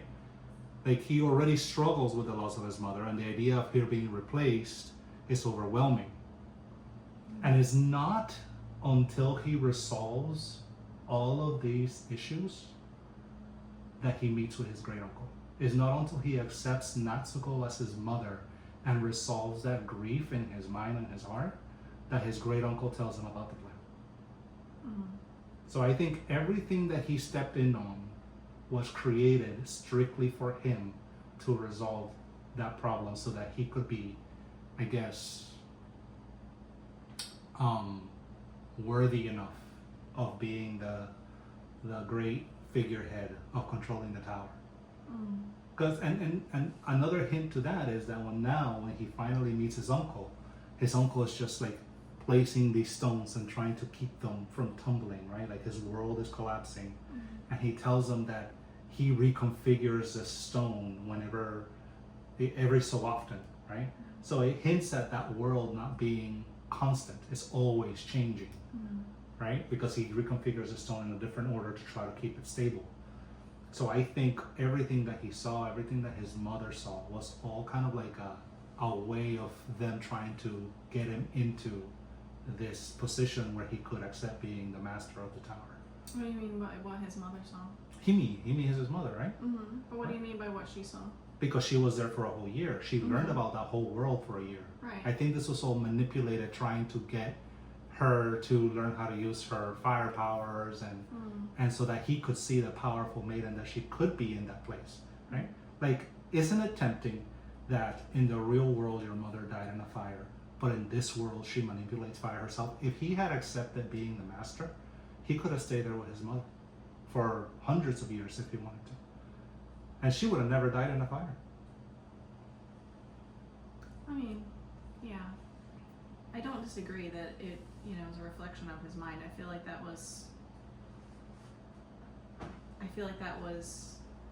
placed there when he was entering into the tunnel, with the line from Dante the Inferno about abandoning, and then basically going into his own hell. So I definitely see that. I sort of questioned, a thought that came was, I thought it was interesting that, we're seeing various we see, his mother who also went through, and then his aunt later, and, wondering what their experiences were when they entered. What was the experience for his mother when she entered as a child, and was there some kind of maybe it was, it's all part of the process. So part of me thinks, this is there was some ancestral resolution, some ancestral thing, clearly the uncle wanting to preserve this thing that he had built, and who knows what exactly happened between Himi and him when she entered, right? And she came out a year later. The tower's still standing. There was no collapse. So I'm curious what happened there for her, and then she ends up dying in the hospital fire, or we assume she ends up dying, and then Natsuko enters as well. So I feel like, there's this whole other experience these other characters are having, and we get to see Mahito's, but I feel like the attention was placed on getting to see his, because we get to see the lineage, and we get to see something resolved, and not necessarily in a neat and tidy way, obviously. It collapses, right. And this, there's so much commentary that can be made on this. One is because this is sort of an autobiography in a sense, right? It's of Miyazaki's life, and a reflection of that, as well as inspiration from this book of how do you live. I think it just reiterates that question, and is continuing to expend so much energy and resources to keep this thing that is barely standing on very, very unstable ground, expending all that energy, at what cost? At what cost to the people that come after you, that this has to keep standing? It's a very, is that really worth it? And it's that, it's not even just about being selfish. It's is this worth that sacrifice? Sacrificing your the people that come after you. Sorry, the word is escaping me. Your descendants, sacrificing their lives for this ideal that was built, right? So I do see it's like as a reflection of his what's going on for him, and also just like this, maybe rather than like a manipulation, just like the like how it ended up playing out. It ended up playing out for him as, you know, in this time that's also reflected, a reflection of like the very quickly changing world that happened after that revolution, and then Japan started becoming much more industrial and everything changes, and again, like it's all these foundational shifts happening collectively, right? And it ripples out, and it's like how do you, the basis of the novel that this was inspired by, the title, How Do You Live? It's like we see time and again this theme of death and grief and loss. It's like you know what that looks like and how that feels. How do you live after that? Or how do you live? Like, you know Right. how to die, you know how to not feel, you know, like you feel like dead inside or numb, but how do you live? That is like a really like profound question, right? Especially for a boy like that's just lost his mother. So yeah, I guess there's different ways you can look at that. Yeah.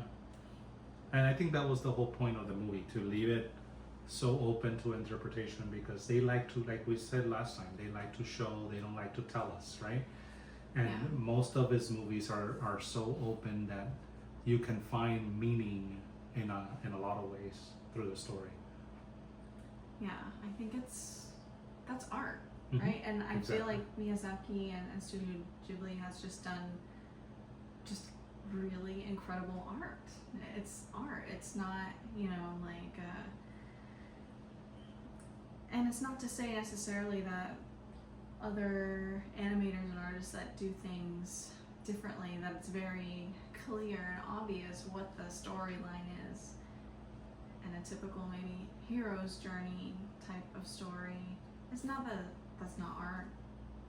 It's just, this is really, for me, I feel like that is art when it can be so open to interpretation. There's so much more that you assimilate from it. So from Natsuko's point of view, why do you think she went to the tower? Well, She had never been there, right? Yeah, Like, she's grieving, you know, and I think just like Mahito, like they don't show because right. you know, You but, can try to interpret right, it, but she's going. So for me, it's like she's going, like she's crossing that threshold. So to me, her entering the tower is like her crossing the threshold into going into labor, because it's this gradual, for many women, it's this gradual process. It's, yes, you have like the active labor, and you have even like what happens up to before that, but it's really this very gradual process that's happening over time. You're moving towards it, right? It's not just like this clear, it's like, oh, contractions are 1 minute apart and so forth and so forth, you know, like for this long, therefore, or, you know, 5 minutes apart, 1 minute long, whatever, therefore you're in labor. But it's really, it's I don't know, it's, you know, for me, like seeing that as a woman and a mother that's gone through labor twice, like I feel like that's just symbolic of her entering that threshold between worlds, because that's essentially what the tower is like being between worlds, right? And so I think for her it's like this going inwards, turning inwards, and an especially difficult time. So it's like she went there even faster. She went inwards even faster. And, well, maybe not faster, it was well, just she didn't time. give labor in the tower though. Like, that never ended up happening. She Well, ended it up was- walking out. But she was, you know, Yeah. in that Yeah. space already. So what I was wondering is, you know how in part of the story they show her being sick, right? Mm-hmm. What I was thinking and getting out of it is that she was being tortured just like he was. Like, I think the tower was calling her, like the Yeah. Heron was calling him. I think the uncle wanted a descendant to take over no matter what, and if Mahito wasn't going to do it, it was going to be the new baby. Yeah, You true. know? I think we did discuss this too, maybe at one point, but yeah, and Yeah, that totally, like, Yeah. that tracks too. And I think the reason she yelled at him that she hated him was because she was trying her best to protect him from the tower while keeping herself away from the tower. And he never showed any, I mean, he didn't understand it obviously, but he never showed any sense of gratitude or anything. And now she's stuck in this position where she's like stuck in the tower, having to give birth to her baby in the tower because she was trying to protect Mahito from the tower. I mean, yeah, that thought didn't cross my mind. I feel like that's a very long. I don't want to say it's a reach because it's, you know, it's open to interpretation. I definitely that thought did not cross my mind just because I felt like I was attuning more to like the narrative for me was like the emotional dialogue that was going on between them that was in even especially the things that weren't being said that eventually exploded into this volatile like screaming and you know so that was really like where my attention was. That's what I was attuning to. So I didn't like have this all extra thoughts that she was like necessarily trying to protect him, but yeah, like we definitely see, you know, his own mother Himi and Natsuko is like this desire to protect, like their roles as protectors, and just before that she does like reach out for him and say like I didn't protect you, and so yeah, I guess it's this honoring of the way that our elders and ancestors, the things that they do to protect us. Yeah, that is beautiful.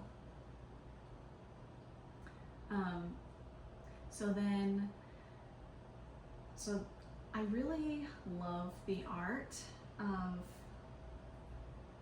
and I could see now after reading a little bit of How Do You Live and seeing there's a lot of celestial influence like this, you know, because they reference Copernicus and call the kid nickname Copper in the novel. So I can definitely see now where all these celestial influences are coming from into the animation with like even the sun in the just in that entry when Mahito first sees when the heron creates that illusion of his mother there, and then in the top of the tower, we assume, like I can't even say the top, you don't really, there's no orienting, but you do see like this staircase where the bird parrot or the parakeet goes up, the king parakeet goes up, so then we kind of orient like upwards, I guess, right? And then they go through these wide open rooms with these archways for the doors, and it's just like the colors and the openness and the light that you sense from looking at that is just like, it's gorgeous, and you see like the stars and the night sky and entering through that, and it's like this big openness of space. I just wanted to comment that I thought it was beautiful. I was like, the animation was just like, wow. I love what they did there. Even the birds thought it was beautiful. Yeah. Remember when they go up with the king? Right. Exactly. That was one of my thoughts too. Is this heaven? And I think that's probably a question that, you know, viewers ask themselves a few times throughout the movie, including when Mahito is in Himi's like little living area and they go right outside, and it's like, that looks like heaven to me. It's like just gorgeous, right? And and then we get to that big climax scene of the uncle, right? Am I jumping too far ahead? The uncle basically asks Mahito to stack these blocks while we see him like stacking the blocks, and just like, and it's like this rolling around, it's like playing Jenga. Exactly, it's like Jenga. It's like, is it gonna completely just collapse? And it's like, oh, it's gonna be alive another day. Like it stands another day. And that just sounds so incredibly exhausting, right? Yeah. And that's when he first offers Mahito the blocks. And Mahito says, there's something strange about these blocks. It's like they have malice in them. right? Mm-hmm. And then he wakes up and he's in the kitchen and he's getting ready. They're getting ready to carve him, right? Because it was kind of like a dream. Right. They're in the kitchen. They're sharpening the knives. They're preparing like this whole feast, right? And the Heron comes in and saves them. Right. Right. He breaks them out of the shackles, Mm-hmm. and that's when they find that Himi is being taken to the top of the tower where the uncle is. Yeah. And by the time they meet the uncle again, the uncle tells them, "I scoured time and space to find these blocks that are free of malice. Mm-hmm. Can you stack these?" Mm-hmm. Yeah, and I feel like that's just another. It's another little a way of maybe Miyazaki, for example, saying like, I worked so hard, like myself and my team have worked so hard to create these animations of substance, these stories of substance that are free from, you know, the ongoing messages like peace and love and, you know, the just feeding the imagination and feeding the inner world of a child to develop, right, into something beautiful, right, something that will be passed down. So I feel like it's just that, like, I worked so hard to like find ways to do this, to build this, like, please, like, keep it going, because like I'm at my end, like I this is my end, I can't keep doing it anymore, like, Right. and will you please carry this on for me, like someone needs to do it. And Right. yeah, and just seeing like seeing the power dynamic that comes out of that, it's like it already starts to become something else, something not free from malice, even in trying to force this to happen, right? As you try to force it and control it, it's already losing that like liberation from malice. Right. And that brings me back to when we had the conversation about the wara and what the bird's consumption of the wara you know, kind of like could have represented, right? And I had mentioned that potentially the birds eating the wara could be like corporate greed, mass production, just devouring the artistry that they work so hard to make as pure as possible, right? And what happens when Mahito says, "No, I'm sorry, I can't do this. I have malice in me, right? I can't touch these blocks." One of the birds comes, tries to stack the blocks himself, right? And if we're still talking about the birds representing this corporate greed, I mean, you have to imagine that when Miyazaki said, "I'm not doing this anymore, I'm retiring," every major production company said, "Let me do it. We can keep it going." And as soon as the bird king, the parakeet king, does it, and he stacks them all up, they'll just completely collapse. And so that starts the collapse of the tower. And it's like it collapses because it's like, and it just reminds me of like this quote that Miyazaki has, you know, said that like has floated around online, where he said, like, in an interview, Studio Ghibli is like, it's already done, like it's going to end, like it's already going to end, and like he's like, it is what it is, you know.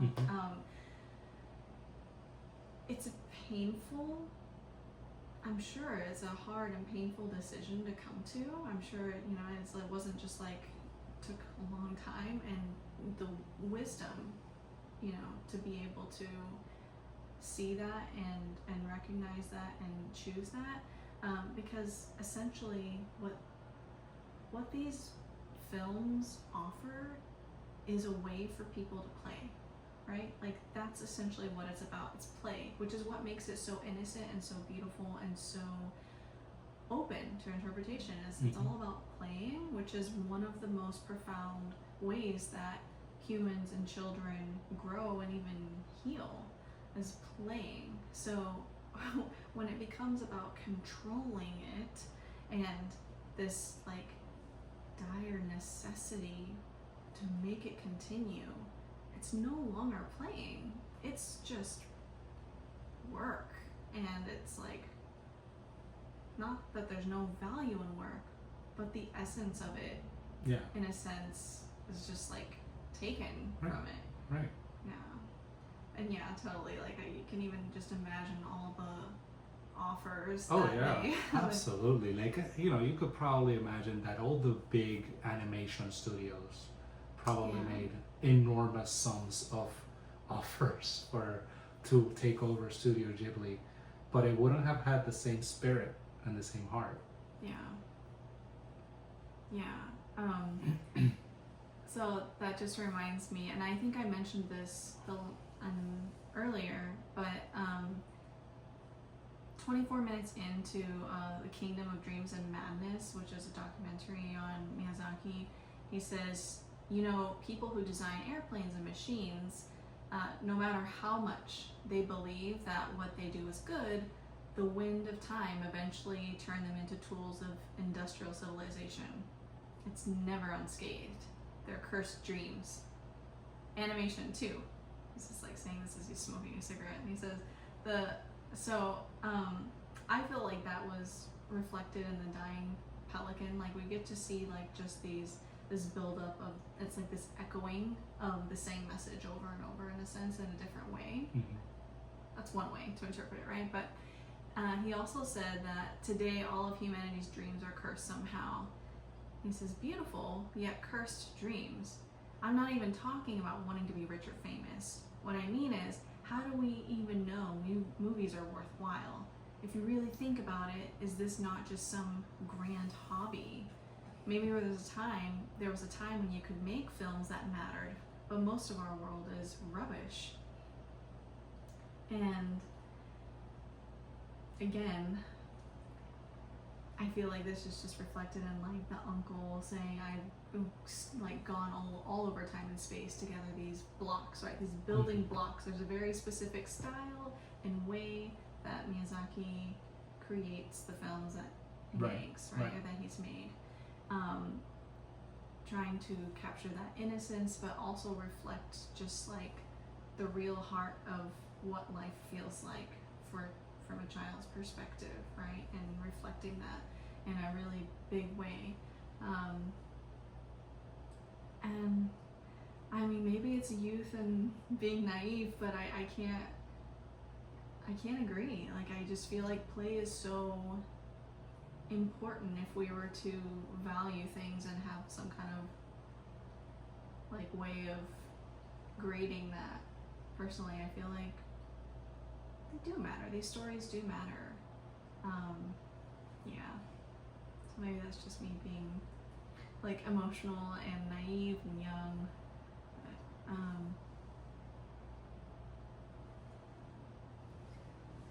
So he refuses the tower, right? yeah. He refuses the tower. He says, I have my own form of malice, and he points at his scar, right? And he says, I can't touch these blocks. And as soon as the king parakeet tries to stack them, everything starts to collapse. And now we get to the final scenes of the film. Everybody's trying to escape the collapsing tower, right? And Mahito and Himi approach their own doors and they say their goodbyes. And as soon as they open, all the birds start pouring out, and they turn back into real birds, and they crap on everything. Which apparently there's an author on Medium that has this very long essay published there, and I didn't get to really go through all of it as I was like trying to find some more stuff, like someone else commenting on the Shikigami, or what I interpret as like talisman, and their interpretation, which, you know, like, it was very thoughtful and interesting. I'm gonna go back and read it, but they, you know, we're talking about like making these comparisons between the similarity between like the microbiome, so like the bird shit and the wara wara being semen, and also this connection to rice and, you know, the rice that feeds people, the land, basically the land, and, you know, the ancestors that even come from and nourish the land, you know, their bones, their bodies nourishing that, and then creating rice, and rice being, you know, this very big connection for the people of Japan throughout history. So making these connections, this Venn diagram of the wara wara as sperm, the bird shit, and there was something else, but like all of these substances being like connected. I thought it was really interesting because they were also talking about, you know, like I think bird poop and also semen, or maybe something else. Maybe it wasn't semen. I can't remember now that I'm saying it out loud, but being used as things that would be like spread on the skin or the face for different rituals and ritual purposes, and I think this is probably like tied to more like maybe shamanic roots, or, you know, maybe of something like that. But yeah, so when you said that, but I really love the part where they're going through that hallway of all these doors, and I was trying to make sense of if there's any sense to be made of all the random numbers on the doors, because they, you know, like they do that in a lot of their movies where they'll put like numbers that are like years or dates, that, dates that have some meaning, that you go back and look at the history of those dates and you're like, oh, that's really interesting, and you could kind of see why they would put that, the influence, and what you can learn from that, like in Ponyo, for example. So I didn't really make much connection, even though my mind was working hard to do that. I think it was just reaching. But then there's that scene where Himi says to Mahito as they're about to split, he's like, but if we go, like, you know, like that's it, like we're not together anymore, or you're gonna die in the hospital fire. And she tells him, it's okay, I like, basically, like, I've never been afraid of fire. Right, well, yeah, I would never have you, like, it's worth it to me, like, I'm not afraid of fire. Like, she would be much more at a loss and afraid to never have him, right? It's like, I'm not afraid of fire, I'm not even afraid, like, I'm going to have you because, like, that's my life, like, I'm supposed to do that. That's my, maybe, I don't want to, like, say, put in, like, that's my purpose, but, you know, like, by no means, no fear. And there's this whole recalibration when she says, I'm not afraid of fire, like, it's okay. And you could just feel, like, how that totally shifted things for him inside, and how, you know, like, healing that was to hear. Yeah, he got like, closure. She's okay. Like, right. She's not afraid. She's choosing to do this. She's choosing, and she, you know, and she's okay, and like, I'm okay. Yeah. And yeah, so I thought that was a very simple and beautiful line. Yeah, and then they walk out, and then it starts raining bird shit, and everything, like, goes back, and Kiriko changes back to from his pocket, because he took the Kiriko little statue. The doll, wooden doll. Yeah, I really love that touch of the dolls being the protectors, so that the grannies, like, giving them, you know, like, acknowledging, like, they're, you know, there was that reconnection between, like, they're not just these old, you know, servants in your house, they are, like, your elders, you know, and they're looking out for you, they're protecting you, you know, and I just thought, like, it's lovely. And it one little aspect of that ending kind of, like, made my gears turn. It was like, how old was Kiriko when she was with Himi? Because she didn't seem that old, right? When they walk out of that door, and yet, you know, I don't know how many years later, but, you know, she's like this ancient 200-year-old lady. 200. Ouch. Like, she can barely walk straight, you know? Well, yeah, there's a big difference in age. So yeah, it is curious. There's a lot of, like, mystery there with Kiriko that definitely wish to know more. Yeah. But, you know, yeah.